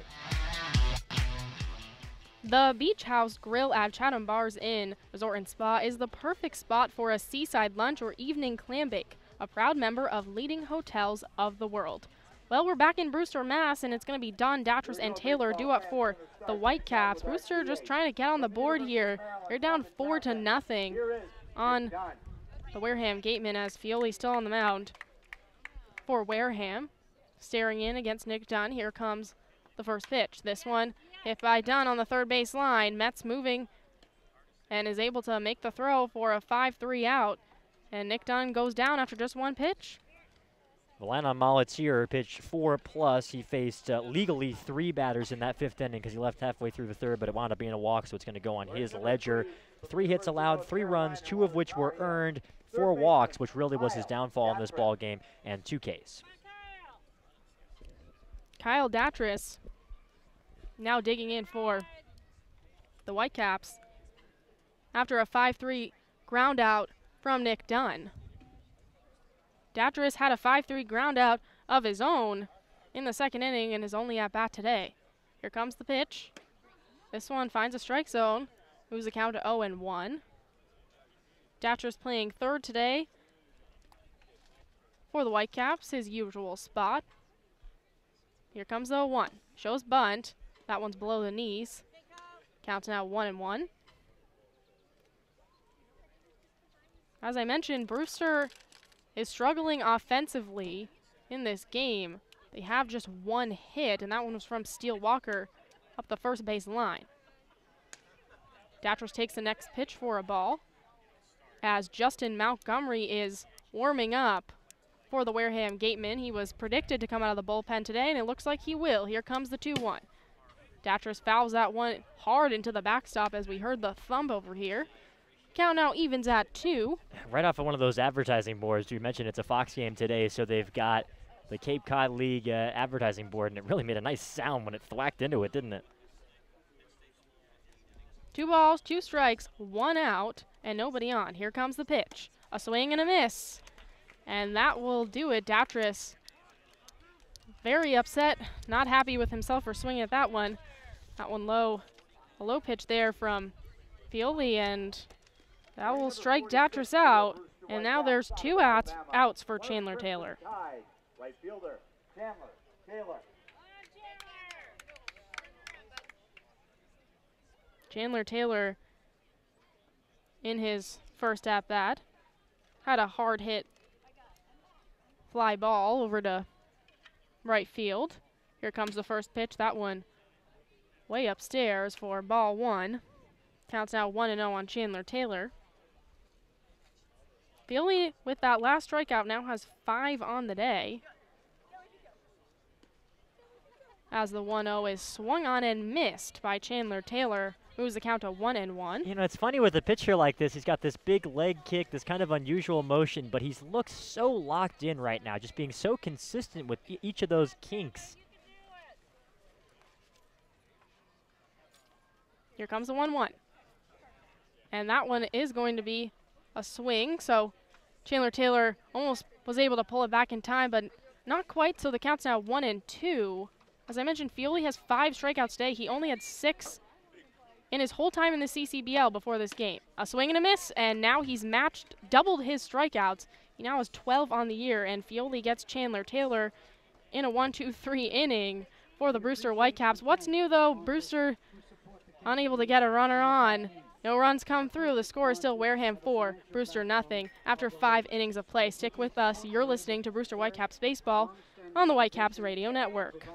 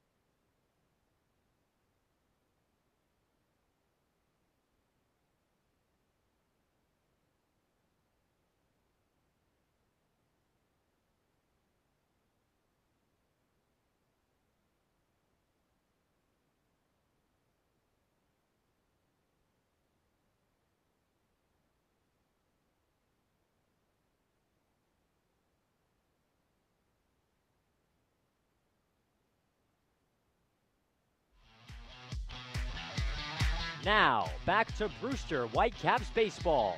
Here are Carter Wadeel and Maura Sheridan. We're back in Brewster, Mass, as the Wareham Gatemen are up 4-0 on the Brewster Whitecaps.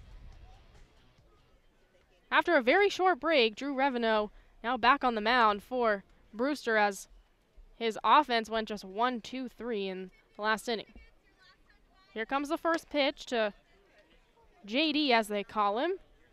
Duran for the Wareham Gatemen. That one's upstairs for a ball one. Counts now 1-0.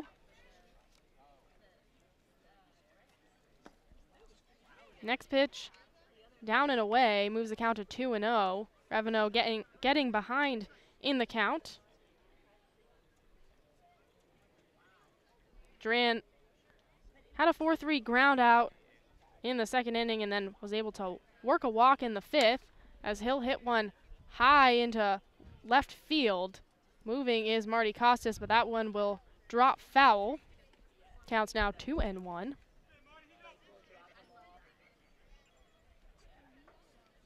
Reveneau's looking pretty similar to Joe Molatier just in the way that he's approaching hitters right now, attacking early with the fastball. And command has been important for him. It's been a little up and down, but certainly not afraid here in his first Cape League appearance. Here comes the 2-1. That one way upstairs. Counts now 3-1 on Duran. Duran trying to work his second walk of this game. Duran batting .250 for this Gateman squad. Here comes the 3-1. That one just below the knees, and he does indeed work a walk and another leadoff base runner for the Wareham Gatemen. Yeah, back-to-back innings now. And for Brewster, this is very important that you keep this game right where it is. Justin Montgomery is still warming out there for Wareham, so the chances probably is going to come in. Right now he's slotted for just one inning, but that's the starter for the All-Star game that you're going to be up against. And then the rest of his Wareham bullpen, which is excellent. A terrific pitching squad. You can't let this lead get any wider than 4-0. First pitch from Reveneau to Blake Sable. This is down and away for ball one. Sable adding the sunglasses, although it's getting a little darker here. In Brewster, the shadows now covering most of the infield except for first base. Julian Infante still in the sun. Here comes the pitch. This one, Mickey Gasper throws to second as the runner moved, and they will indeed get him. So no stolen base there from Duran as Brewster gets their first out this top of the sixth inning. Great job by Mickey Gasper with that throw, and that's a caught stealing 2-6. Connor Smith was there to receive that one right on the money. Didn't look like a very good jump there from Duran, going for his 9th stolen base and coming up short. Counts now 1-1. Here comes the pitch. This one finds a strike zone. Moves the count to 1-2. And now there's nobody on for Sable.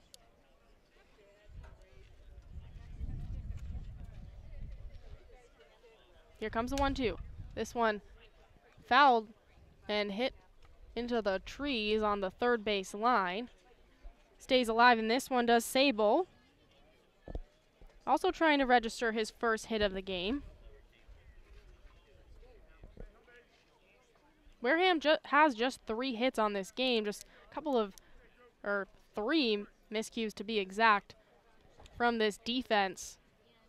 For Brewster, as the 1-2 misses, evens the count at 2. Brewster had a couple of games in the middle of the season where they were able to go without an error, and since then it's just been tough for this defense to figure things out, and it's kind of loomed over Brewster all season. Here comes a 2-2, a swing and a miss, and Reveneau gets the strikeout. That's 3 for him today. He is not showing any signs of intimidation here in this first start. He's working pretty quickly. He's attacking with that fastball, and so far he's been able to silence the Wareham lineup, and that's what he's got to do. It's a very important spot that Jamie Shevchik has brought him in for here, to try and eat up some innings in a game where you have to put up zeros. And since Duran was caught stealing, that's going to be out number 2. And here comes the number 9 hitter, Rob Metz, who had an infield bunt in his last at-bat. An RBI bunt that brought home Duran as he'll swing and miss at the first pitch he sees from Metz. Or from Reveno. Counts now 0-1.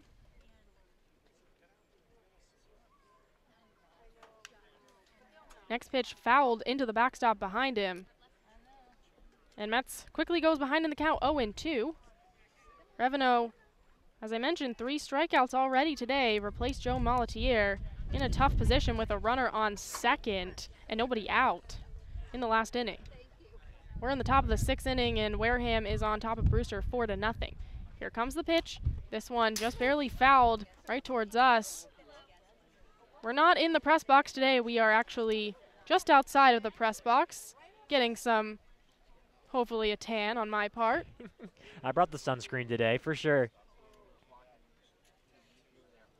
Counts 0-2. Duran trying to get out of this inning with no runners coming through as this one's hit hard to Steele Walker in center. He's wheeling back and makes the grab.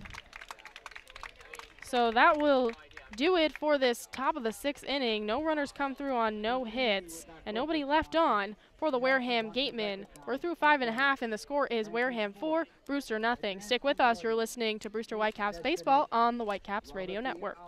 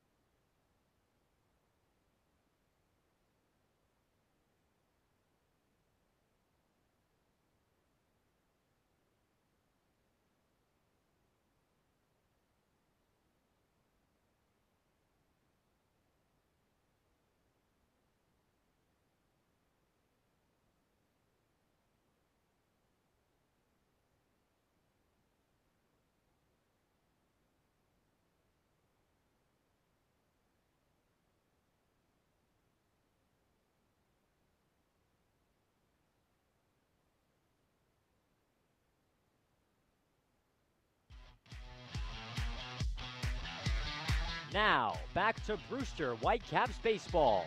Here are Carter Wadeel and Maura Sheridan.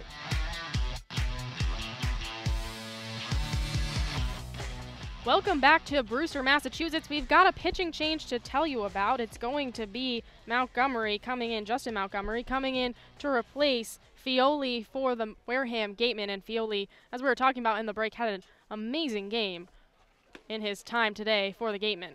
You have a line on him, 5 innings, 1 hit, no runs, no walks, 6 Ks. A terrific performance for him. And the 1 hit that was given up by Fioli was by Steele Walker. That one right up the first base line, and the first baseman almost had it for the Gatemen, and had he had, that would have been a perfect outing for Fioli, but still a great job by him, who, as we talked about in the pregame, hadn't really gone the distance in any game, but it is the bottom of the 6th inning, and Montgomery will face Marty Costas to start out his time on the mound. Here comes the first pitch. That one in for a strike. And this is kind of a strange situation for the Whitecaps, because it's like they've been, you know, on the thumb and forefinger of Fioli this entire game. As Costas hits the next pitch up the first base line, and it will go foul, so counts now 0-2. And usually when you have a guy who's just knowing how to get you out and mowing guys down, you're thankful when you get to the bullpen, but now it's the starter for the West Division at the Cape Cod League All-Star game on Saturday coming up. No rest for the weary. Here comes 0-2. That one finds a strike zone, and Marty Costas goes down with a strikeout looking. Montgomery gets it, the first batter that he faces, and that's one out for Brewster.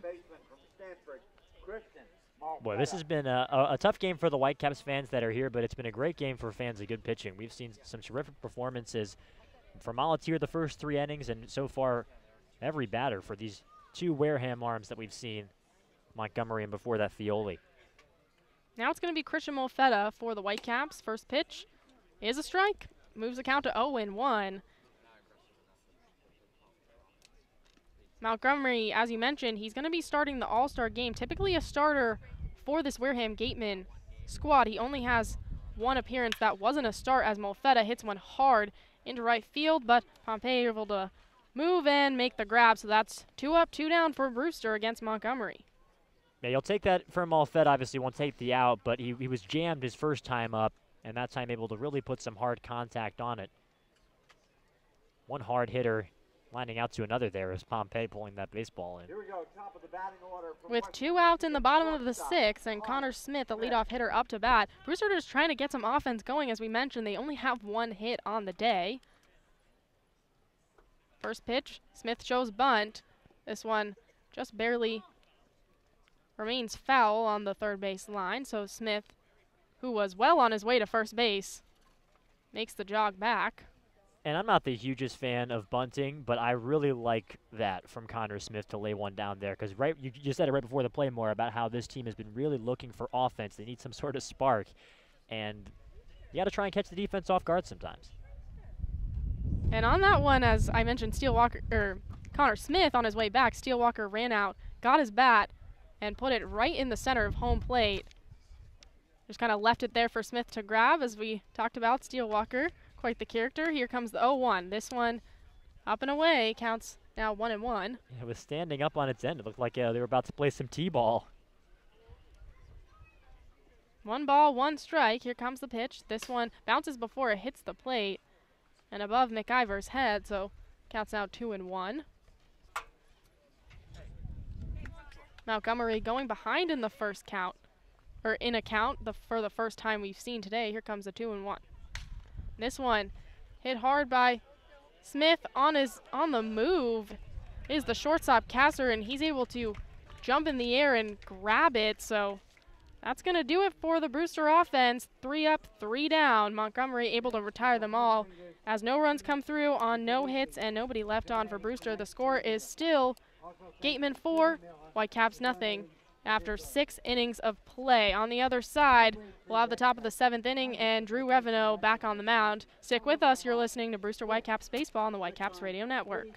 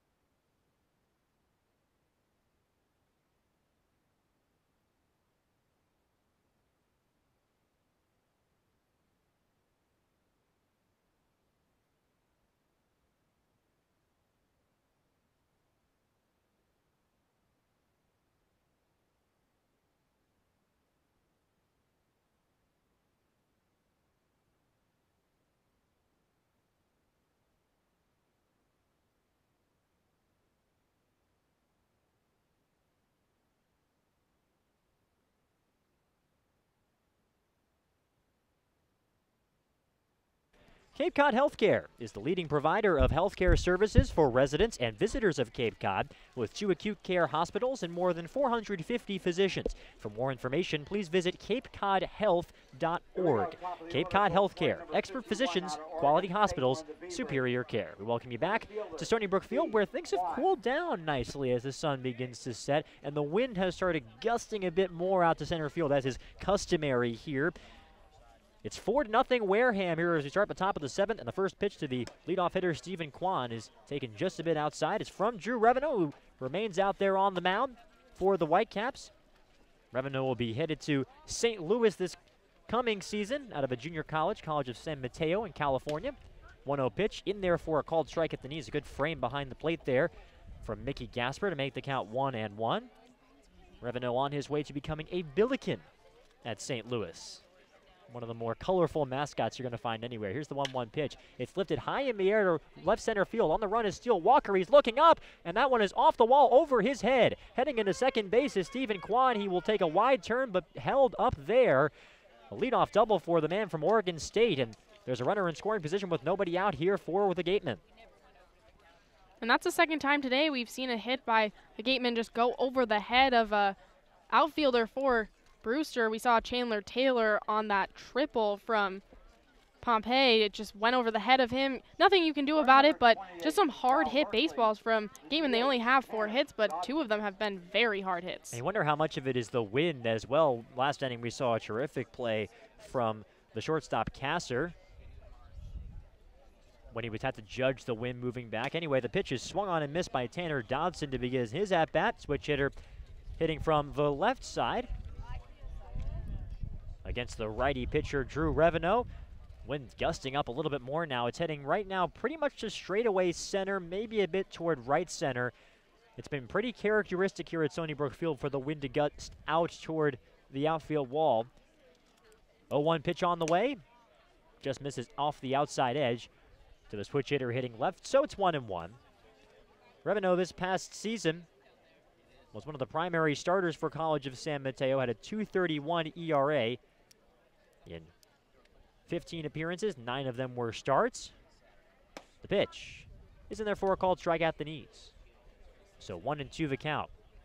I've been impressed early with the way that Revenue has been able to use that fastball.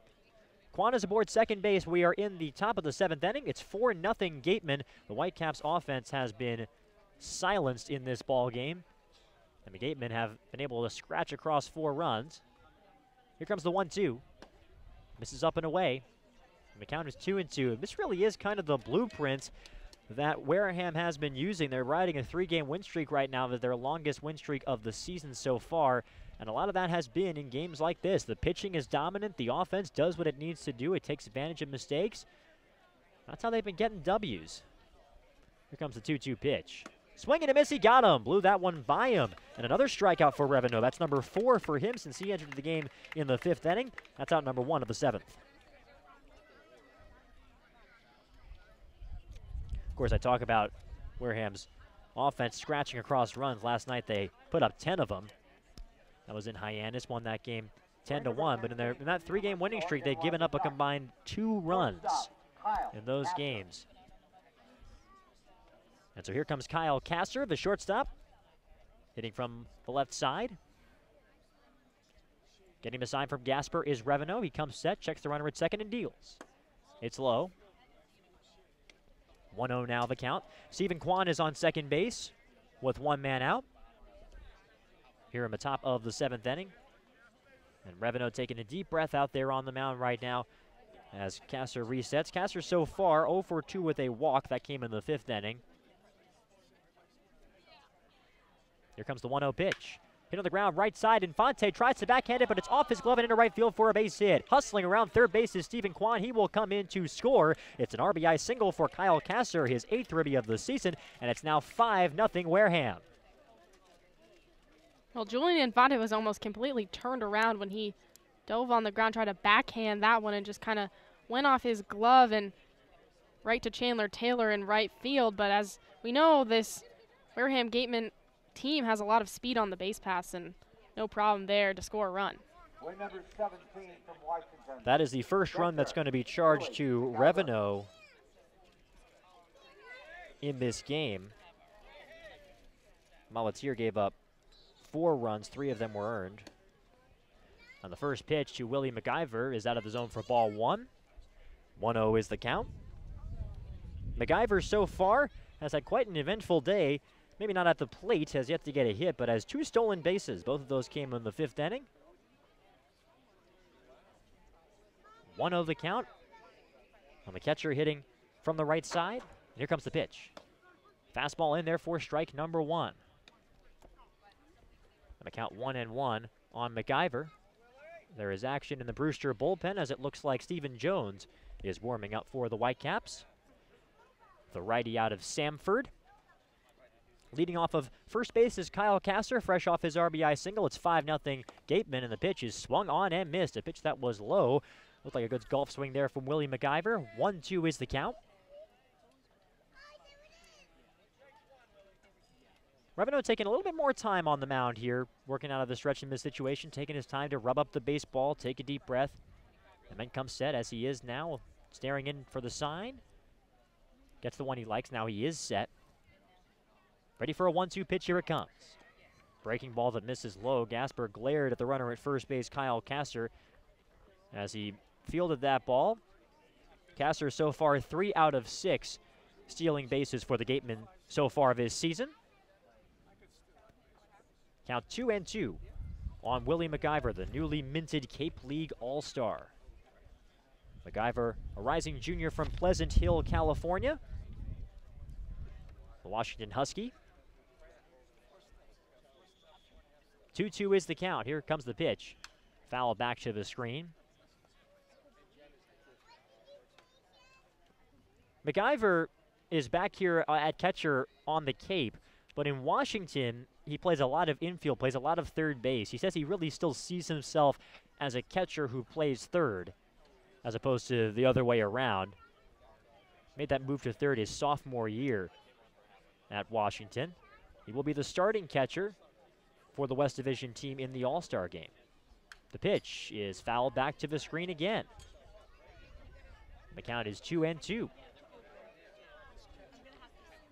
Won't be the first time that Willie McIver has been in the Summer League All-Star game. He was with the Walla Walla Sweets on the West Coast League in Washington, and one of the better Summer League team names you're going to find. He made an All-Star team with them as well. 2-2's the count. Wareham 5, Brewster nothing is the score. 1 run in for the Gatemen on an RBI single from Kasser here in the top of inning number 7. And Kasser's going for second. The pitch is hit high in the air, foul ground, right side. And the count will stay 2 balls and 2 strikes.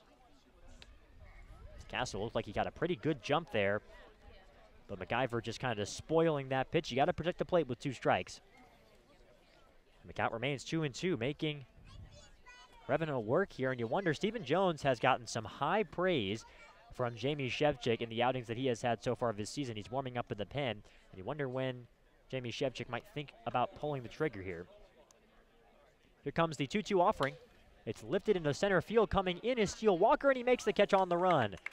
For out number 2, Walker had to get a beat on that one immediately, and he did. Came in quickly and made the catch on the run in the direction of second base, and that is out number 2. Wearing number 15 for the Gatemen. Now it's Tristan Pompey's turn.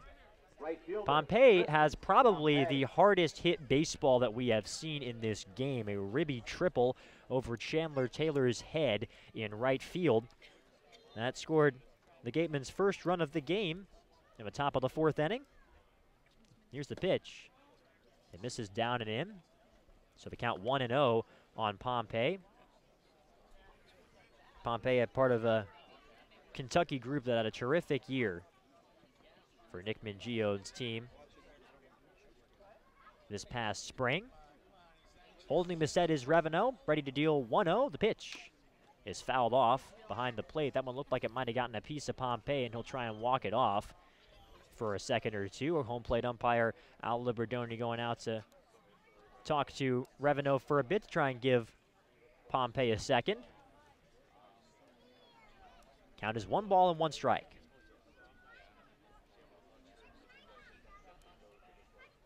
Wareham got on the board, as I mentioned, with that triple from Tristan Pompey. They added 3 more runs in the 5th inning, aided by a lot of stolen bases. There was a steal of home from Tanner Dotson. And then a ribby single earlier in this 7th frame from Kasser made it 5-0. Runner is going. Got a great jump. The pitch is a strike, and getting into second without a throw is Kyle Kasser. Boy, he really got a terrific jump. Just going on the first movement, he had to have been from Drew Revenue. Kasser was halfway to second base before Revenue released it. Revenue kind of gives a nod to Gasper on the mound. And so it's another runner in scoring position. Another stolen base here for the Wareham Gatemen. They had 5 of them in that 5th inning. So this is the 6th on the game. They have been caught once. That was Jaron Duran who got caught in the 6th. Here comes the 1-2 pitch. It's up and away. 2 balls, 2 strikes, 2 outs. A runner on second base here in the top of the 7th. Pompey continuing to battle at the plate. Steele Walker, not the only person who played for a national team in this ballpark. Pompey played for the junior national team, representing Team Canada, originally from Ontario, Canada. Here comes the 2-2.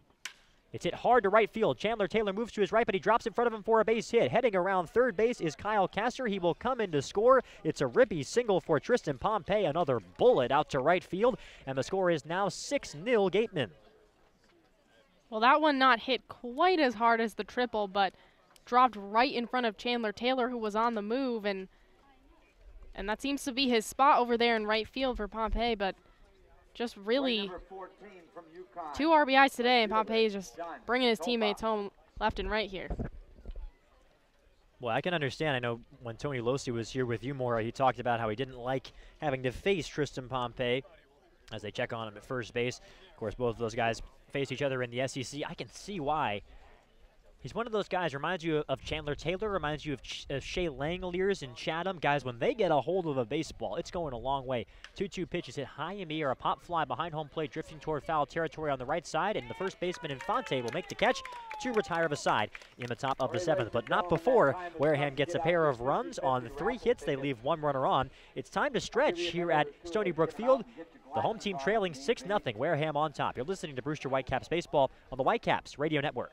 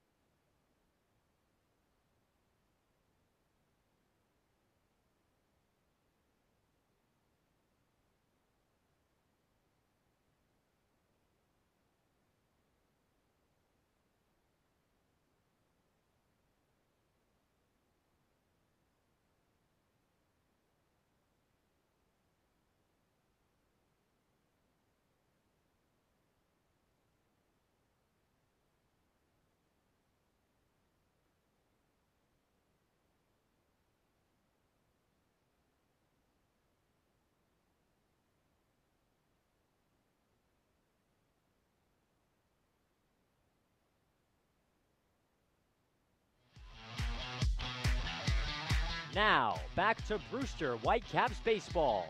Here are Carter Wadil and Maura Sheridan.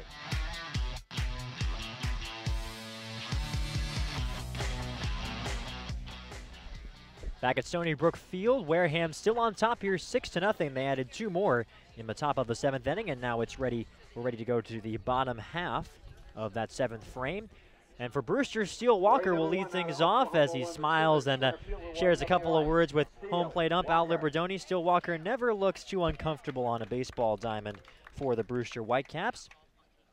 Walker has the only hit of the game, the only base runner of the game for Brewster. It was a hard hit baseball to the right side off of the glove of the first baseman Sable. And he'll face a new pitcher, Griffin Roberts, the all-star righty out of Wake Forest, kicks and deals. Fouled away just behind the plate. And that one looked like it caught the chest of the catcher, Willie McIver, who has to take a second here to walk that one off, as again, Al Liberdoni will give McIver some time by talking to our new hurler, Griffin Roberts. And while that's happening, let's give you a little taste of Griffin Roberts' arsenal here. His fastball will be low to mid-90s, 92, 94, but his out pitch is his slider. It's got a ton of lateral movement, which is something Maura and Aiden, y'all know I love lateral movement from a pitcher. It breaks. He likes to throw it on the inside corner to righties and the outside corner to lefties, like Steele Walker. And he's ready, dealing 0-1. Pitch is in there for a strike to make the count 0-2. I was talking to one of the Wareham Gatemen broadcasters for this game. Said it's one of those where you swear it's going to hit a righty batter and then it catches the inside corner for a strike. Ahead in the count 0-2 as Roberts shakes off a couple of signs from McIver. Now gets the one he likes, and here comes the 0-2 pitch. Swing and a miss, he got him. Steele Walker swings and misses at what looked like a fastball up above the zone. First strikeout for Roberts, and that's the first out.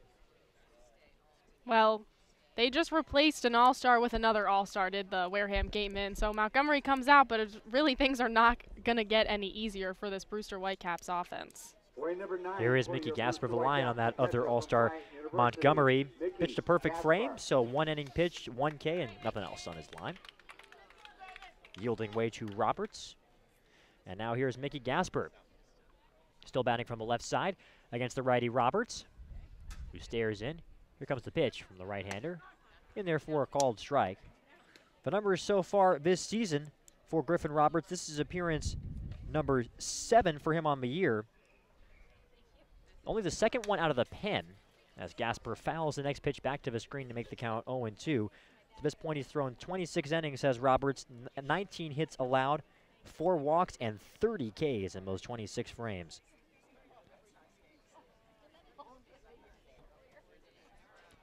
Count is 0-2 on Mickey Gasper. Here comes the pitch. Breaking ball up. And I got 1 ball and 2 strike on Gasper. Gasper so far in his ball game hit a little looper to the third baseman Robbie Metz his first time, and then struck out looking in the 4th inning. That was still against Mason Fioli, who went 5 near-perfect innings. 1-2 pitch in there called. Strike 3 and an off-speed pitch. And Mickey Gasper heads back to the dugout with a shake of his head. Back-to-back Ks for Griffin Roberts and Marituga on the bottom of the 2nd. And 7th. Sorry. And that's 9 Brewster strikeouts today. Something that is usually they walk a lot. They haven't had 1 walk today, but 9 strikeouts for Brewster. Yeah, Brewster first in the league with 152 walks. Katuit is second with 109. That's how big the gulf is, and they've been striking out a bunch too. Entered the game 3rd in the league. And you're right, Maura, that strikeout to walk ratio, usually it's a lot of both, and today it's a lot of Ks and not a lot of walks. Here's Infante. The pitch to the righty is in there for a strike. Drilled that one in there. Count is 0-1 on the Vanderbilt product. Infante took a fastball for strike 3 out of Fioli's hand in the 1st and then grounded out to third base in the 4th. He, like almost everybody else here in this Whitecaps roster, is hitless 0 for 2. Here comes the 0-1 pitch. It's swung on and missed on a pitch that was low. Makes the count 0-2. We're in the bottom of inning number 7. Wareham is ahead 6-0 here at Stony Brook Field, and the wind is gusting a bit more now out to straightaway center. Really giving the American flag a workout out there. Infante, as usual, taking his time. Now digs back in. And Roberts, he is ready, staring in, and here comes the 0-2 pitch to Infante.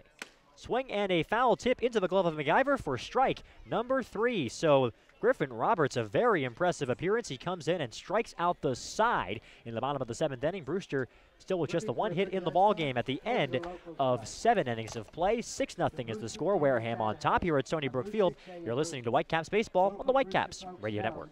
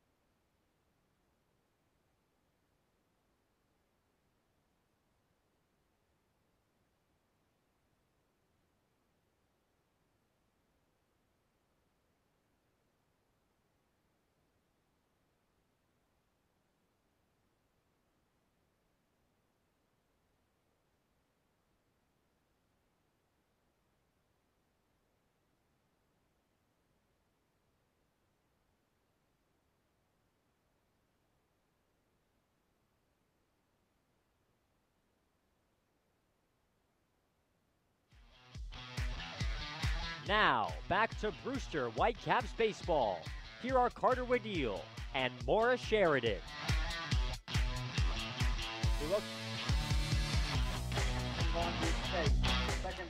Welcome back to Stony Brook Field. Carter Waddell and Morris Sheridan are here with you. Jaron Duran is due up for the Wareham Gatemen to start things off.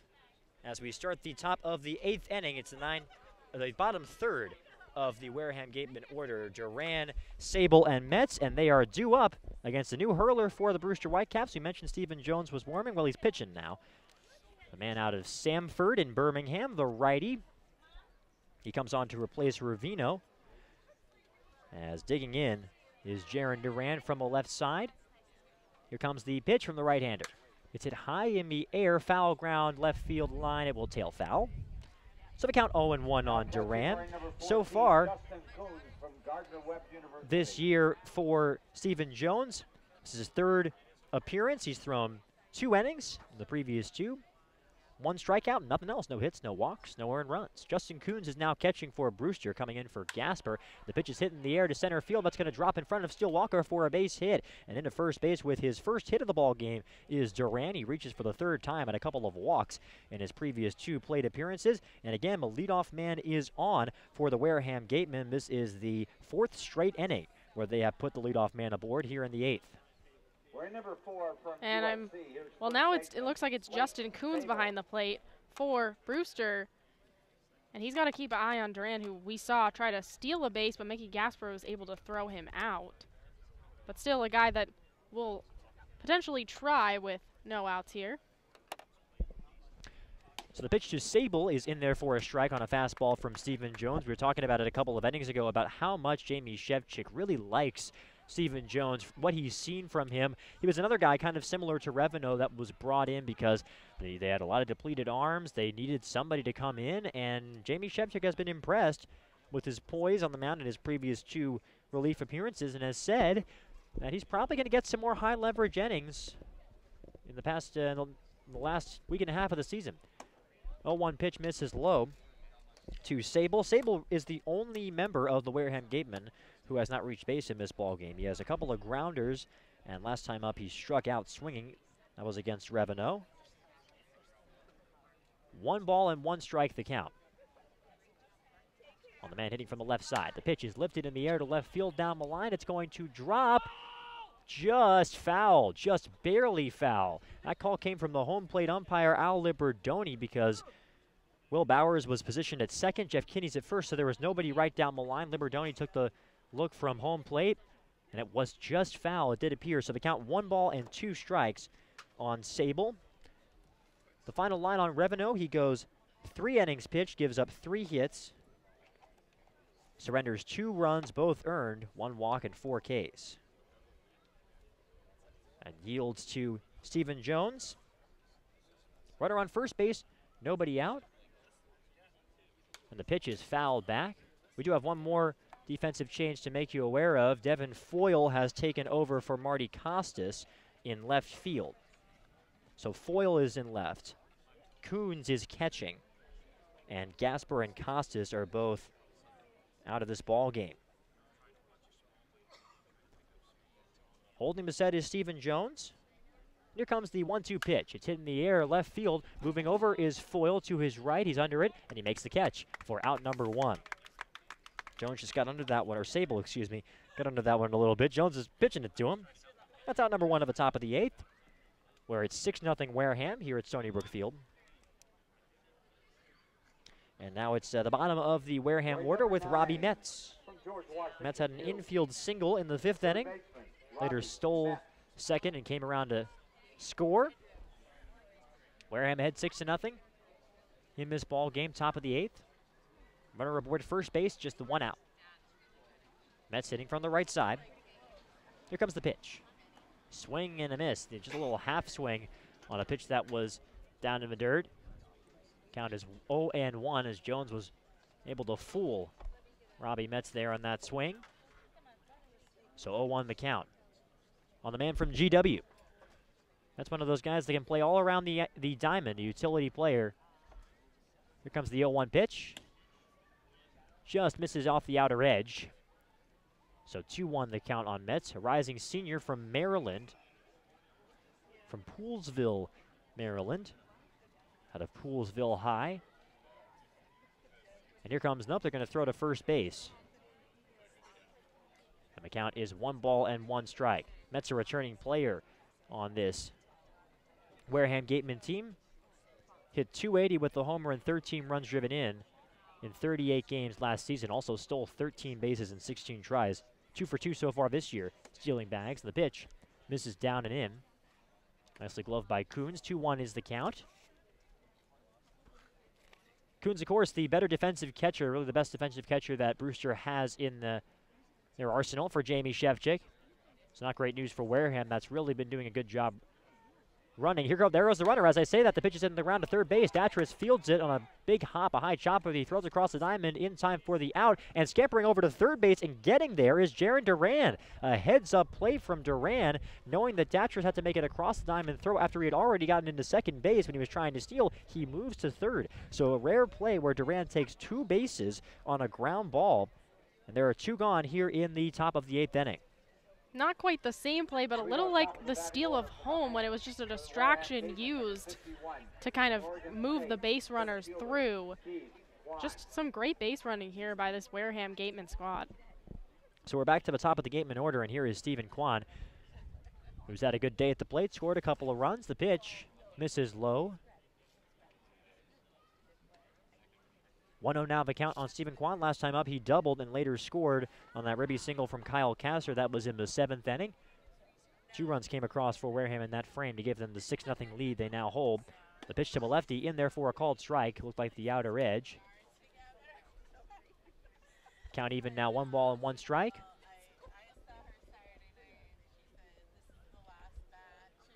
Runner aboard third base with 2 outs. Jaron Duran is dancing back and forth a little bit. Here comes the 1-1 pitch. It misses low to make the count 2-1 strike on Stephen Kwan.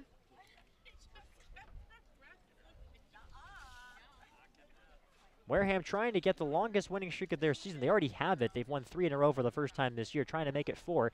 Here comes the 2-1 pitch. It's fouled away. Left side toward behind home plate. 2-2 the count on Kwan.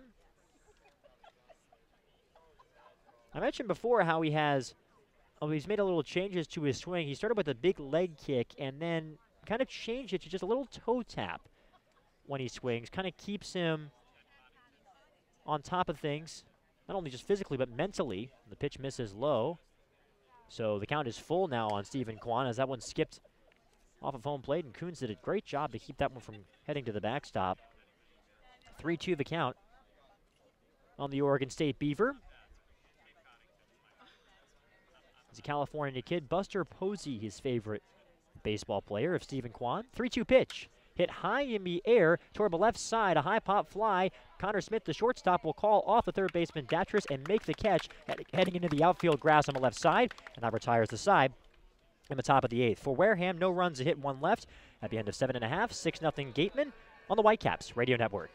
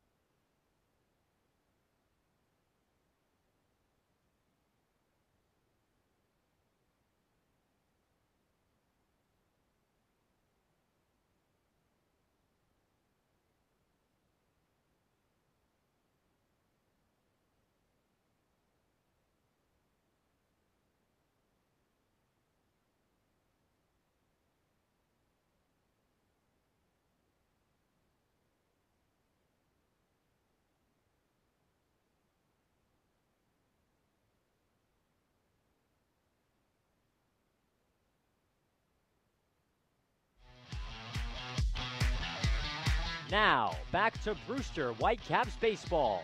Here are Carter Wadil and Maura Sheridan.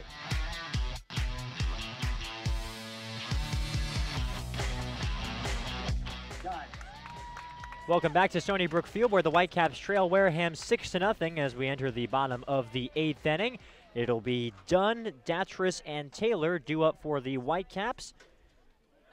Up against Griffin Roberts, who returns to the mound for Wareham.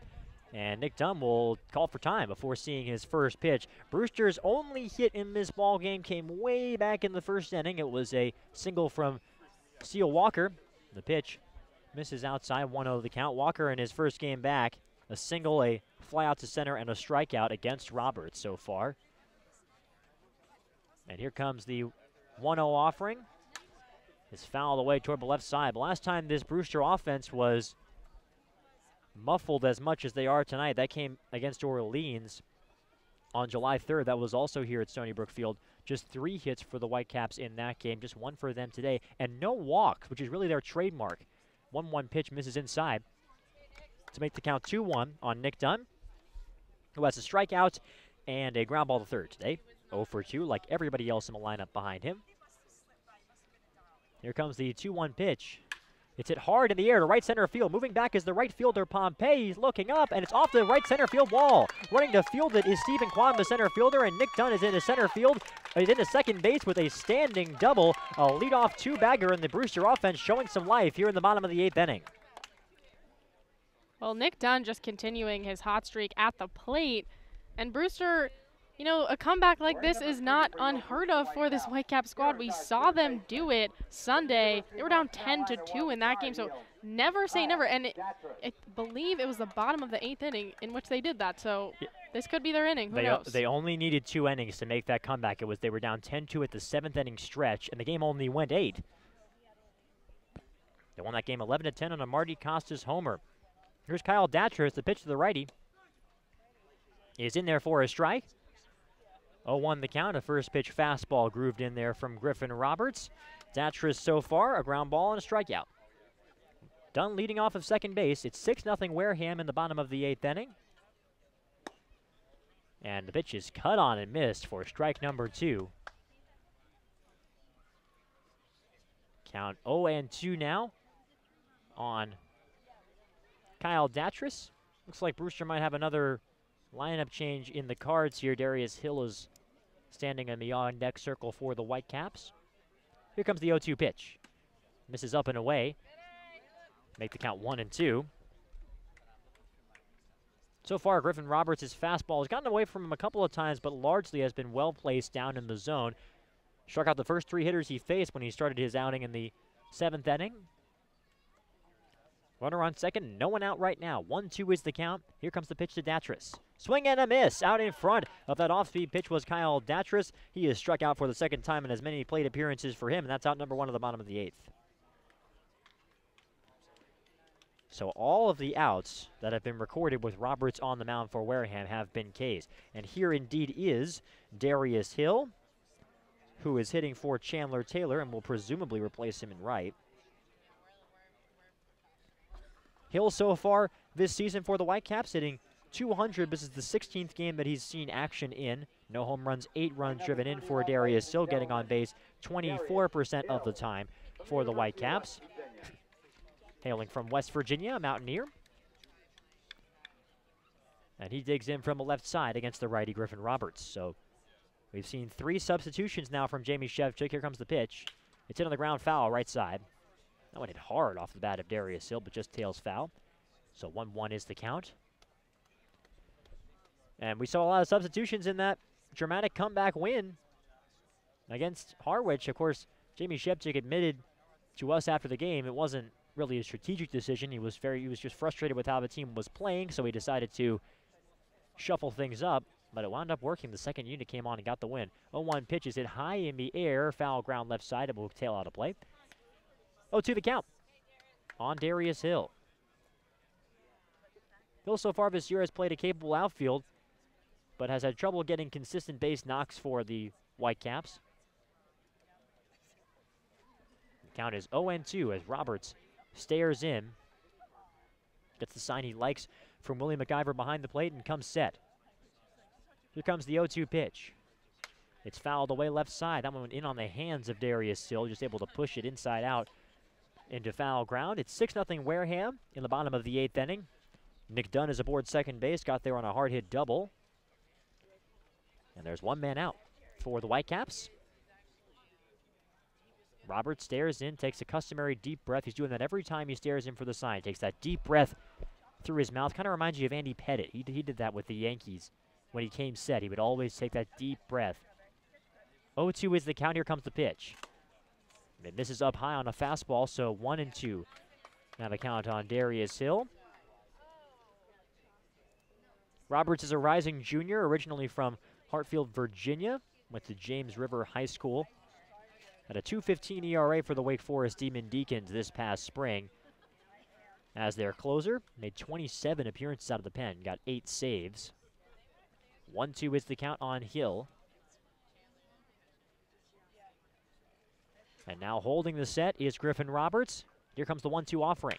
It's in on the ground, right side, and it's past the diving first baseman. Sable into right field for a base hit. Nick Dunn hustles around circuit third base and will get in there safely at home plate with the first run of the game for Brewster. Heading into second base with a double is Darius Hill. So Hill comes off the bench and delivers for the Whitecaps their first run of the game. It's now 6-1 Gatemen here in the 8th. And that's 9 RBIs on the year from Darius Hill. And that's a well-hit ball by him, and exactly what we were talking about before.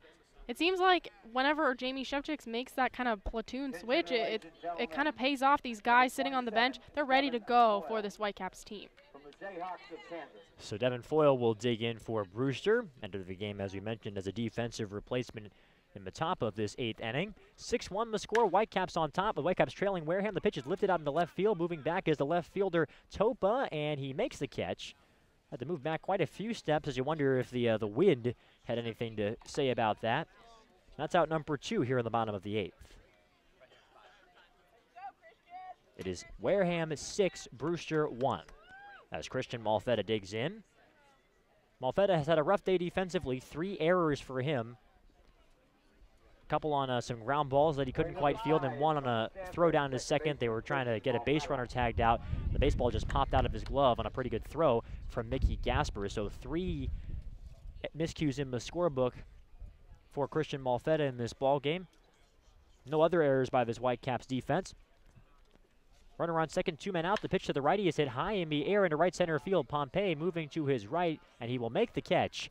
Out in right center field, coming in just a bit for out number 3. The Whitecaps do get a run here in this bottom of the 8th inning on a pair of doubles. One from Dunn and one from Hill to drive Dunn in. So for Brewster in this 8th, 1 run on 2 hits and 1 left. We're through 8 here at Stony Brook Field. Wareham still on top, 6-1. You're listening to Brewster Whitecaps Baseball on the Whitecaps Radio Network.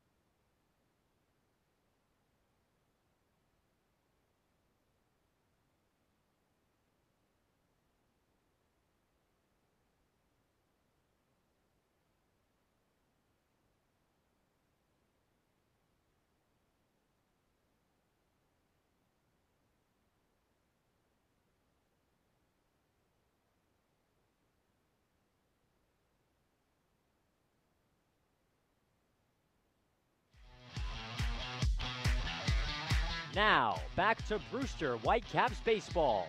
Here are Carter Wadil and Maura Sheridan.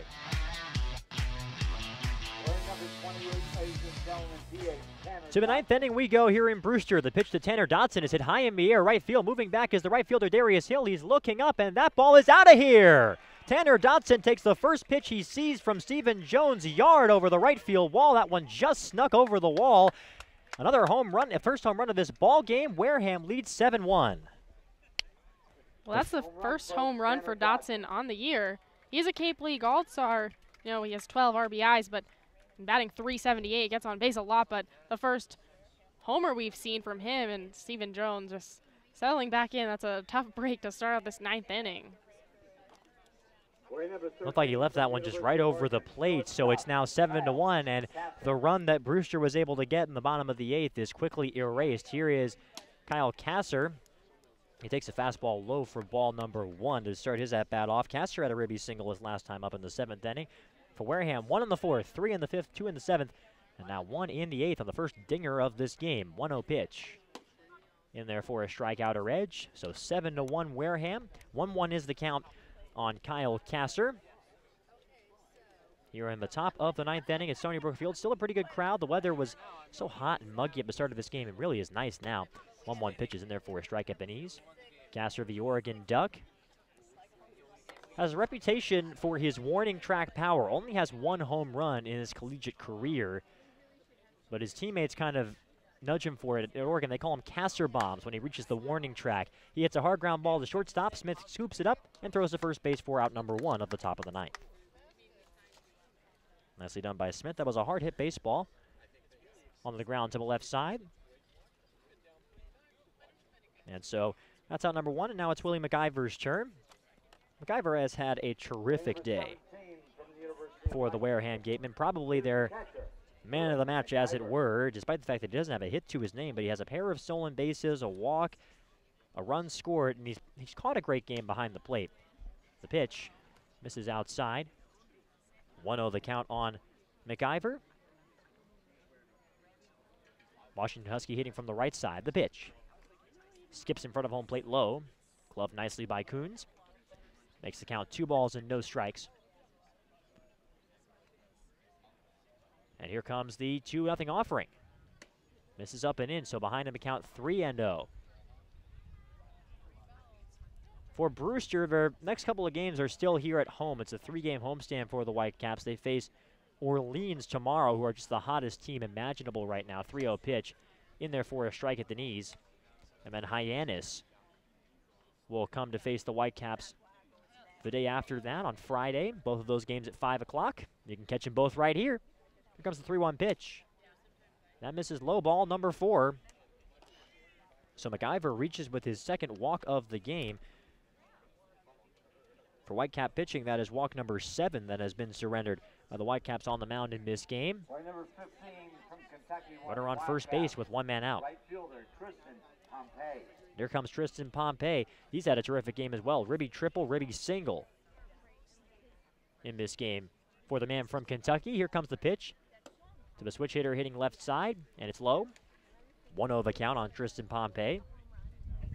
Both of those RBI hits were just absolutely laced off the bat of the Canadian. Here comes the 1-0 offering. This is low down and in. Makes the count 2-0. Tristan Pompey, of course, the brother of Dalton Pompey, who is in the Blue Jays system. Made his debut with at the Major League level with Toronto a few years back. He says he wants Dalton to be known as his brother when he's done with his career. Here comes the 2-0. In there for a called strike and a little breaking ball. So 2-1 the count on Tristan Pompey. Another thing that Pompey is kind of looking at is whether he can be drafted higher than his brother, who was a top high school prospect. Here comes the pitch. It's grounded foul hard down the right field line. It will head over into the folks in the lawn chairs beyond the visitors' dugout out there on the first base side. Someone gets a souvenir. 2-2 the count on Tristan Pompey.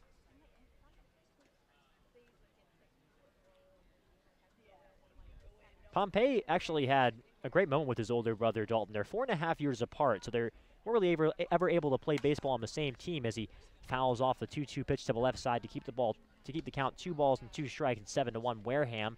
Top of the 9th inning here.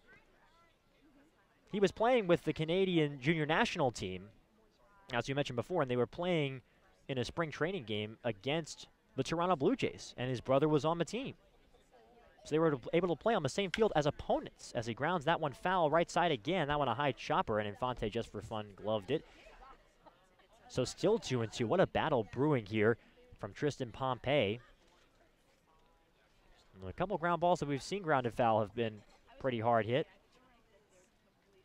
Pompey will be in the home run derby. No surprise. He was a national contestant. He'll be in the home run derby at part of the All-Star festivities this year. 2-2 pitches lifted in the air to center field. Moving to his left is Walker. He makes the grab for out number 1 on the run. Moving out toward left center. Moving to his right, was Steele Walker. Another nice play for him. We've seen him run down a couple of tricky baseballs in this ball game so far. And that's the second out of the top of the 9th. Number 14 from UConn, Looks like there is some action out there in the Wareham bullpen.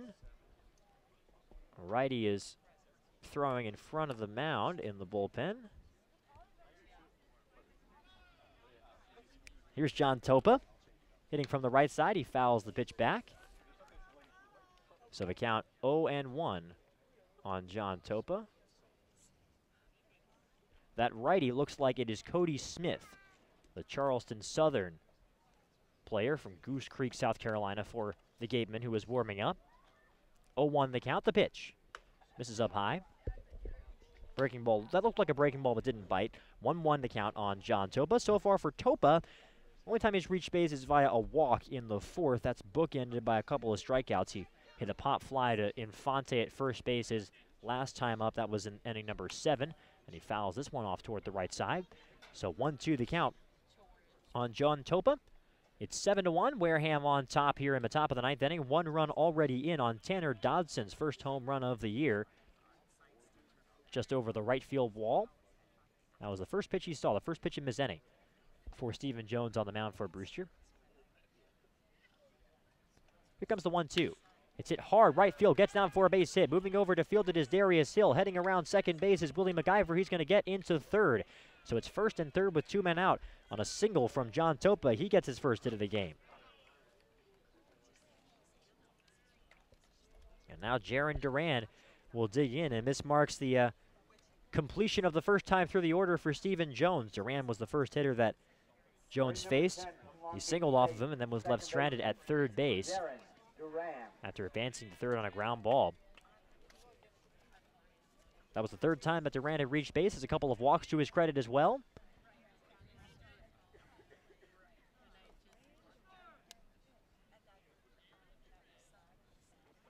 There is one more defensive change for Brewster here in this 9th inning as Zach Gehagen has taken over for Kyle Datris at third.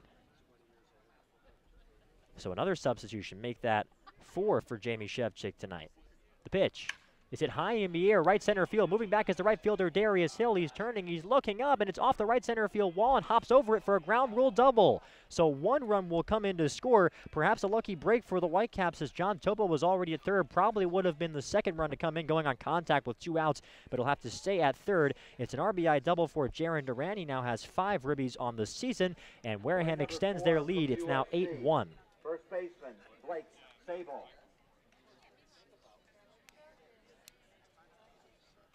And now Blake Sable will dig in. Trying again is 0 for 4 on the day. Mentioned the only Wareham Gateman player to reach base. Is a Wareham Gateman player, are they a Wareham Gate man? I know they're a Brewster Whitecaps. Are they a Gate? I mean, I feel like the Gate man is anyway. Sable's 0 for 4 is what I'm trying to say. He's a lefty. The pitch is in there for a called strike. Yeah, that's tough. I don't know. We'll have to ask the broadcasting crew after. Yeah, see how they stylize that, right? Here comes the pitch from Jones. It misses low. Second and third, with 2 men out after the RBI ground rule double from Duran.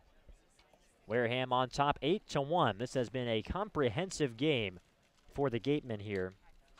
Here comes the pitch to Sable. It's fouled back. So 1-2 now the count on Blake. Sable from University of Southern California. It's primarily a DH for USC, but when he's not DHing, he can play at a few different places. He's spent time at catcher, spent time in the outfield, and here in Wareham, he's spending a lot of time at first base. 1-2 is the count, and he will step out and call time. Will Sable. Sable also has some national team experience, won gold at the Pan Am Games for Team USA in Canada.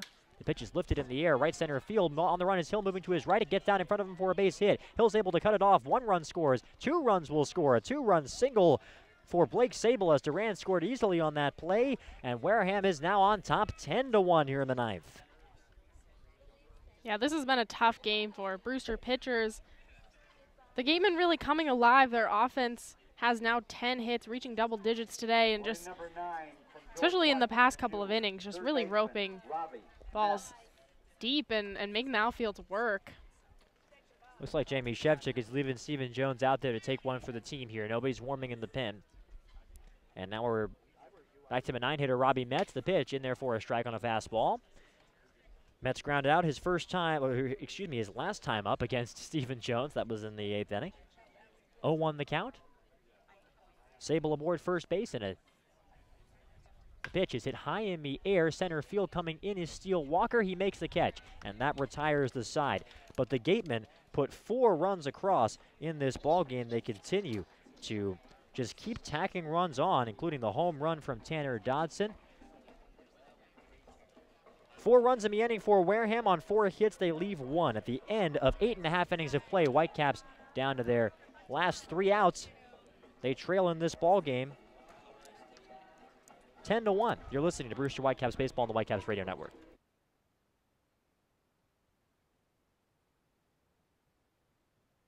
Do you know what that sound is? That's your new digital marketing department. And that'll be your new web designer. And that's Haibu, where these experts are joined by many more, from web designers to search marketing specialists, who work hard to get your business noticed online and on mobile. Best of all, Haibu can do it all for you, or give you the tools to do it yourself.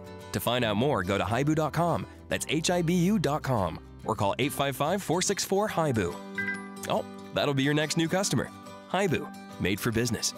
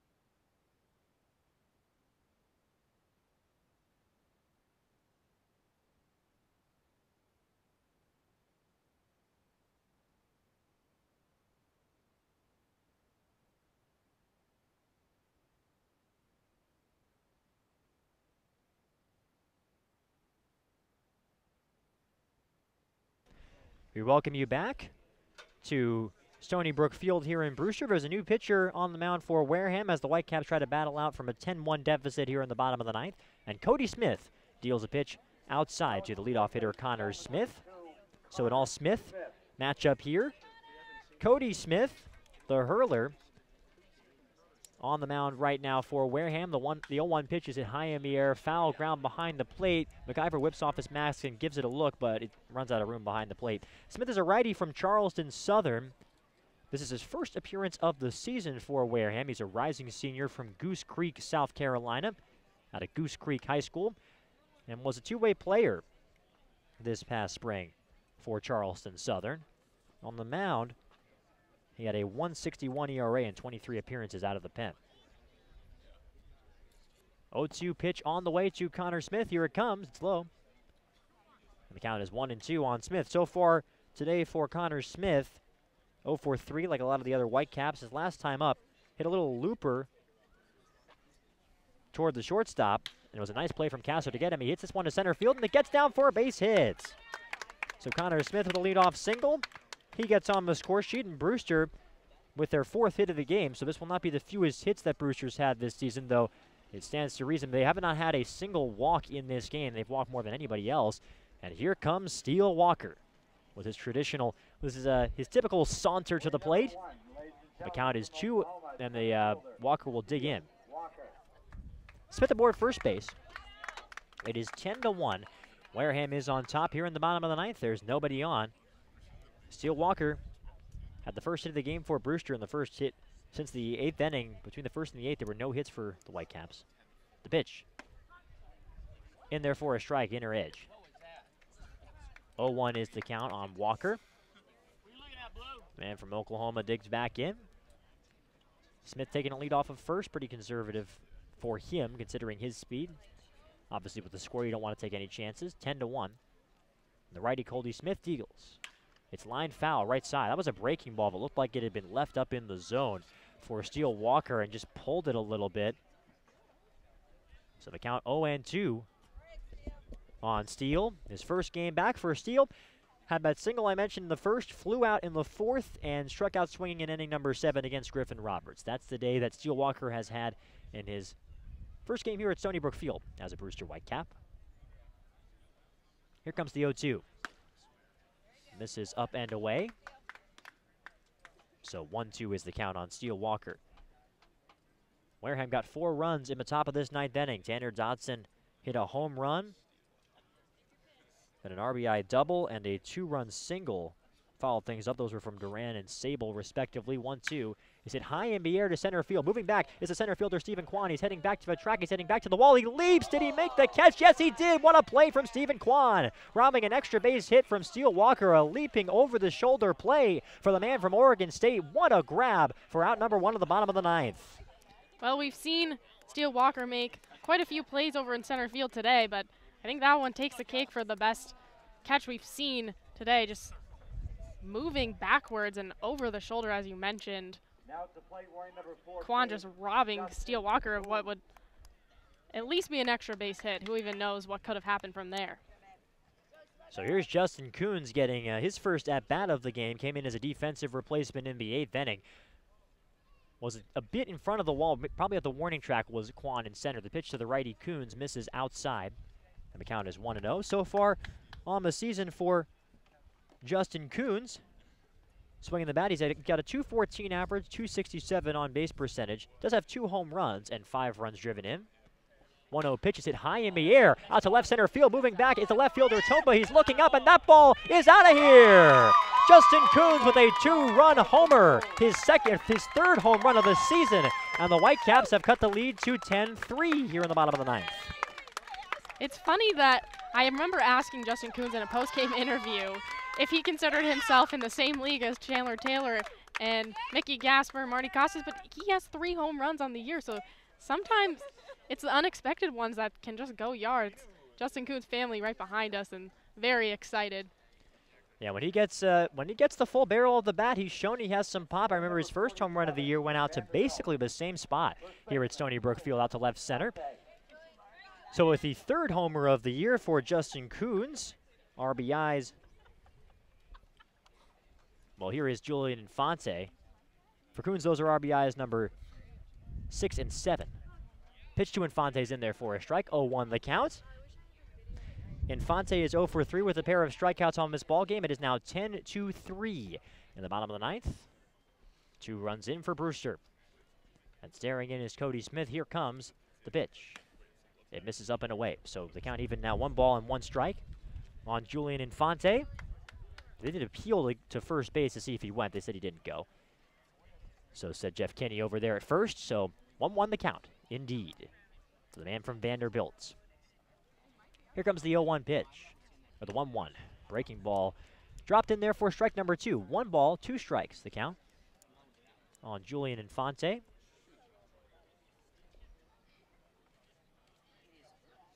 Sun's still up just a bit here in Brewster, though we are starting to lose a little bit of daylight. This game moved very quickly for the first few frames and has slowed down since then. Here comes the 1-2. It misses away to make the count 2 balls and 2 strikes on Julian Infante. Of course, here with Stony Brook and Brewster, no lights. We have seen quite a few games get either shortened or otherwise altered because of darkness. 2-2 is the count. Here comes the pitch to the righty, Infante. Swing and a miss. Got him on a breaking ball. Infante was out in front, and he knew it when he started swinging. Just kind of waved at it. So strikeout number 3 for Infante today. The first one for Cody Smith since he took over. And there are 2 gone in the bottom of the 9th inning for Brewster. And now it's Nick Dunn's turn. Dunn had a leadoff double in the 8th inning and came around to score the first Whitecap run. Whitecaps are down to their final out in the bottom of the 9th. It's 10-3, Wareham on top. And a game the Gatemen have really comprehensively dominated. Here comes the pitch to the lefty Dunn. It is just off the plate inside. 1-0 count to the left-handed hitter. Dunn from University of Maryland, 1-0 pitch. Misses down and in. Roommates with Marty Costas,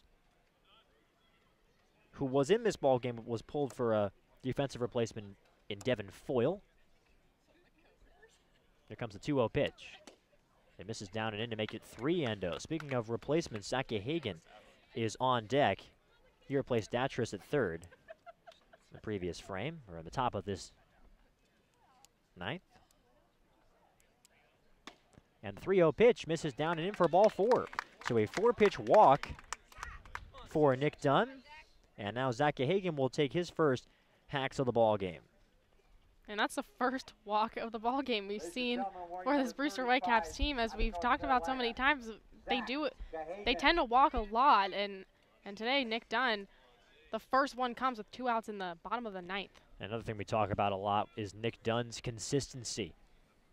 And had a rough start to the game like every other Whitecap hitter, but now he's got a double, a run scored, and a walk. He's being that consistent player that Jamie Shevchik has wanted him to be. He really has been terrific. You can see why he was an all-star last year. DeHagen's a righty hitter, and he takes a strike up at the letters to start his at-bat off. 0-1 the count on Zach Hagen, who is hitting .118 since returning to the Whitecaps for his 2nd year. Getting on base a quarter of the time. Still no homers or runs driven in for him. Here comes the 0-1. It's a breaking ball in there for strike number 2. So the Whitecaps down to their final strike here in the bottom of the 9th inning. It's 10-3, Wareham on top. DeHagen trying to extend this ball game with Darius Hill taking some swings on deck. And the righty out of UNC digs in. Smith staring in. He gets the sign from McIver, now checks Dunn at first base and holds the set. And here comes the 0-2 pitch. Misses low. Count 1-2. That went in the dirt. Nicely done by McIver to block it with his chest protector. So they count 1 ball and 2 strikes on Zach DeHagen.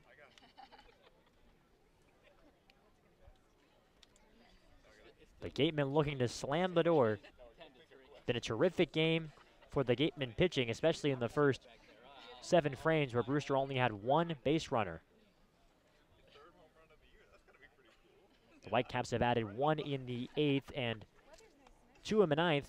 They gave up 4 in the top half of the 9th inning, including a solo shot from Tanner Dodson. Got those 2 back. Here comes the 1-2. In there called, strike 3, and that is your ball game. The Gatemen win it 10-3. DeHagen strikes out looking to retire beside in the bottom of the 9th. For Brewster in the bottom of the 9th inning, they get 2 runs on 2 hits, including that home run from Justin Coons, and they leave 1 runner on base. It'd be 9 innings of play in the books. The ball game has ended, and for Brewster Mora, this is a tough pill to swallow. And for the 2nd day in a row, too, I know this is a bigger loss in terms of runs, 10-3 versus 5-3 last night, but just 2 games in which the offense just wasn't really there, and then defensively a bunch of miscues, which we saw last night too. Not only was there 3 errors, there was multiple miscues, which accounted for a lot of runs coming in. So just a tough game for Jamie Shevchik's squad, the 2nd one in a row.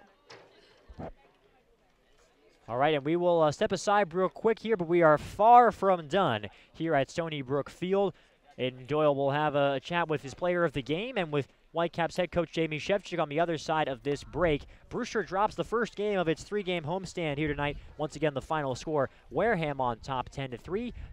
We'll be back right after this with the Whitecaps postgame show here on the Brewster Whitecaps Radio Network. Don't go anywhere. The Whitecaps postgame show is coming up right after this. That was huge for us. It's huge for the momentum going into tomorrow. Only on the Brewster Whitecaps Radio Network.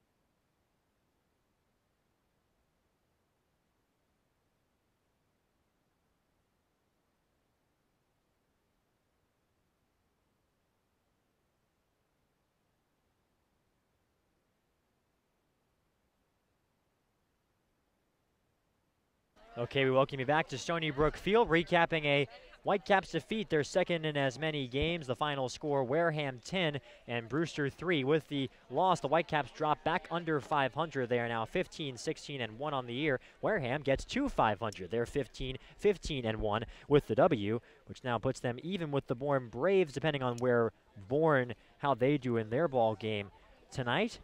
The winning pitcher was Mason Fioli. He gets his first win of the year. He's now 1-1. Molitiers saddled with a loss. He's now 0-3. He's been much better than what that record will say. The game took 2 hours, 41 minutes to play, and 811 people braved the heat at the beginning of this ball game to come out and see this ball game. More of this is a tough one to break down because Wareham really did seem to have a hold on this game in pretty much every facet of this. If you're Jamie Shevchik, what stands out to you from this game? What are you focusing on when you're trying to break it down with the guys? It's a hard one because I think it's a tough team effort loss, so to speak. Everybody on the field was basically responsible for this one, but I would say it's the offense not coming alive until the end of the game. That's what happened yesterday, too. We saw them try to mount a comeback against Chatham, and it was kind of too little too late. And we saw that today, too. 4 of their 5 hits came in after the 8th inning. So it just seems like this offense doesn't come alive until the game's kind of already over. How much of that is about making adjustments against pitching? Because clearly they've been stymied by a couple of starting pitchers. Last night for Chatham, Jacob Stevens did well in his 4 innings, and today Mason Fioli was nearly perfect. Do you think the Whitecaps need to adjust from at-bat to at-bat? Well, one thing that Shevchik said to me yesterday is that nobody on this team has really, besides maybe Mickey Gasper, Nick Dunn, has really earned a spot on the starting lineup every single day, so he wants people to do that, and he hasn't really seen that yet.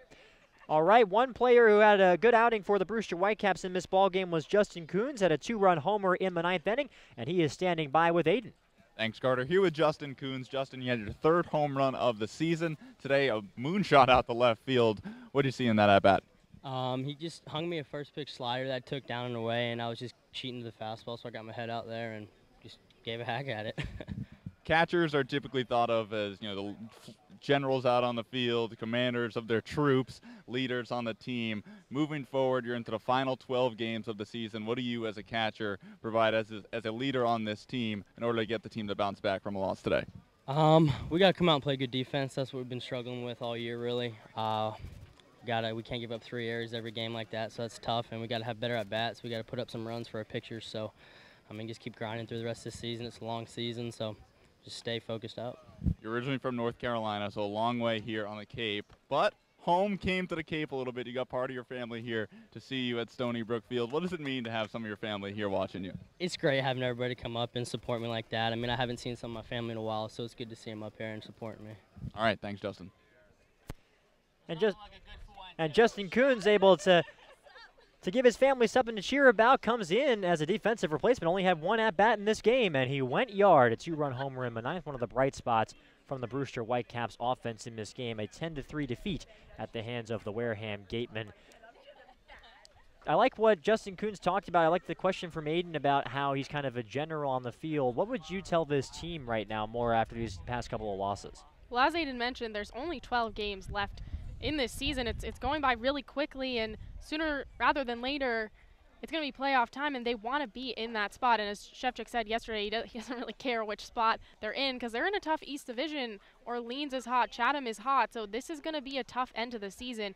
And this is a big 3-game stretch, and they just dropped the first one, so they want to take this home stretch. They want to win 2 games at least, so they're going to have to go on a streak if that's what they want. And it's going to be tough, but they can do it. Last year they missed the playoffs because they lost 5 in a row at the end of the season. They don't want a similar situation. Yeah, the East Division really is tough, Maura. No matter where Brewster, if they're able to make the playoffs, they're going to have a tough matchup no matter what. As you mentioned, you got Orleans, who has just been the cream of the crop in the league. They're 21-10 entering games tonight. Chatham, as you mentioned, has been heating up. They're at 16-15. And then, you got the 3-time defending champion YD Red Sox sitting there in second place right now. So no matter what, the Whitecaps are going to have their work cut out for them. They're trying to beat out Harwich for that 4th spot, and they have a bit of a cushion. But as you said, Maura, that cushion vanished for them last season when it was Chatham playing spoiler and coming in to grab that 4th spot. So the Whitecaps will have to keep a lookout for that. What did you see from the Brewster Whitecaps pitching today? We saw 3 pitchers for the Whitecaps. Joe Molatier came in, looked great for the first 3 innings, and then lost command of his fastball. Yeah, I think he did lose command. He walked 4. That ended up kind of being the end for him there. Considering that they scored 10 runs, there was only 11 hits allowed. I do think that it was just a bunch of hard-hit balls for extra bases, and that's what ended up really hurting them. And it's hard when your offense is not producing as a pitcher to stay in games, and Stephen Jones kind of had a rough kind of end to the game, but this game was essentially over. I don't want to say over because we know that this Brewster Whitecaps team can come back, but it was a tough spot for him. So for Ravenel, I think it was a good first outing. Again, Jamie Shevchik not expecting so much out of these guys, but it's really hard when your offense is just not producing to kind of stay in the game as a pitcher. And we'll hear from Jamie Shevchik in just a little bit with Aiden, who's tracking him down. As I mentioned, this is the beginning of a 3-game homestand for the Brewster Whitecaps. 2 more games tomorrow and the next day at 5 o'clock, and you'll be able to catch both of those games right here where you are on this YouTube page, either with the video or the audio, either way. The starters coming up for that game. Bradley Spooner has been listed as the starter for tomorrow's game, and then Paulie Milto is going to get the nod on Friday. Those are both good old TBAs a couple of days ago. What do you think Whitecaps fans should expect from those guys?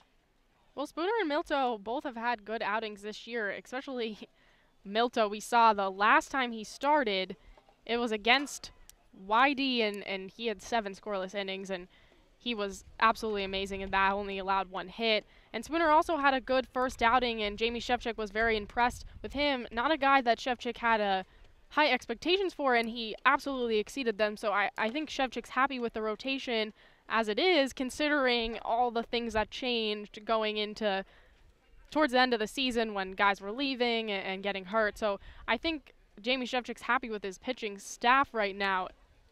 his offense, again, I don't know how happy he is with them right now. Yeah, that's it'll be interesting to see what Jamie Shevchik has to say about what this offense can do, because I wonder if Aiden might ask him something to this effect. It's kind of tough to see what you can do as a coach, right, in this situation when the offense is stagnant. I mean, clearly this team has had kind of trouble finding continuity so far this year and consistency. Do you think there's anything that Jamie Shevchik could do to try and foster more of that?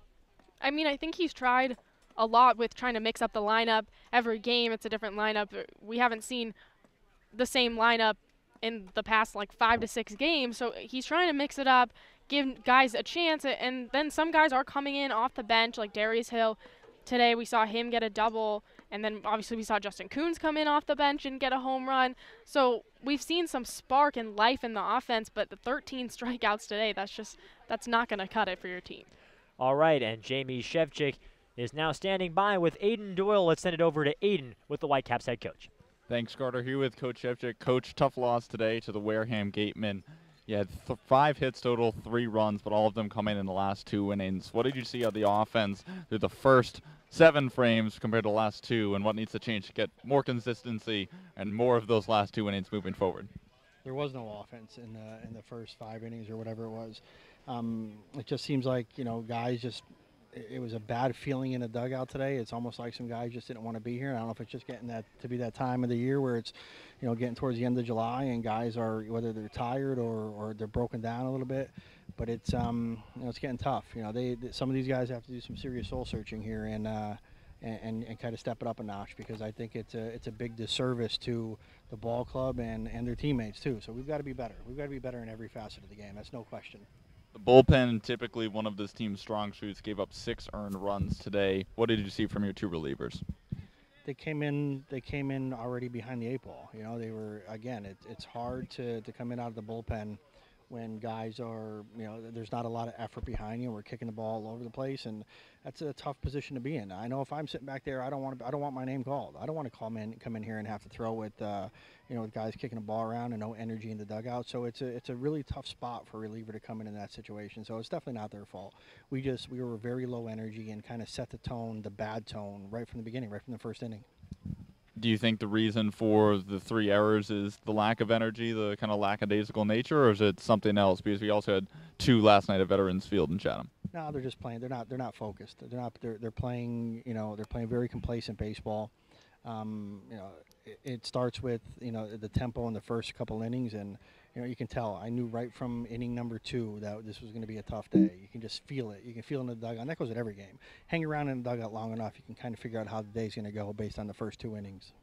As a coach, trying to motivate your team coming out tomorrow, you got another home game against the Orleans Firebirds, who have been the best team in the Cape League this entire season. How, against the toughest competition you may face this entire season in Orleans, how do you get them motivated for a home game? We're not going to motivate them to play against Orleans. We're going to try to do what we can to motivate them to try to stick around here and play the next 2 weeks of good baseball, because that's what matters. This organization has been too good to these kids, and they've worked too hard for guys to start quitting on them, and we're not going to let that happen. All right, thanks, Coach. And we thank Aiden and Coach Jamie Shevchik, and we really do appreciate the honesty that Jamie Shevchik has when he's talking with us after ball games. And he has given some interviews where he has criticized his players, where he's talked about how they need to improve, and he's been very frank and blunt about it. But that might have been, shall we say, I can't think of the right word to describe it, but the most somber and the most unhappy Coach Shevchik that we've had after a game all year, Maura.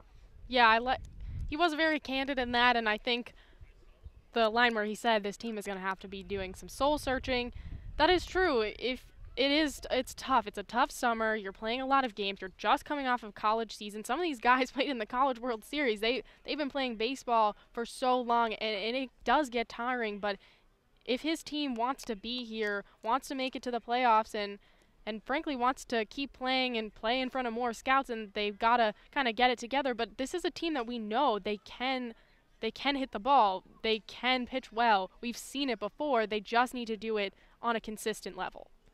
All right, and they will get back in action tomorrow against the red-hot first-place Orleans Firebirds, a big East Division matchup tomorrow, and we will have live pictures for you thanks to our good friends at Lower Cape TV. You can watch it tomorrow on Lower Cape TV channel 99, or right here, right at this YouTube stream where you're at this exact moment.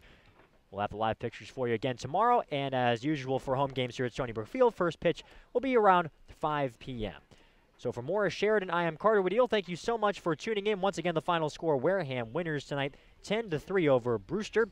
We'll hope you tune in tomorrow. Again, it's Orleans. It's at 5 o'clock. Until then, have a great Wednesday.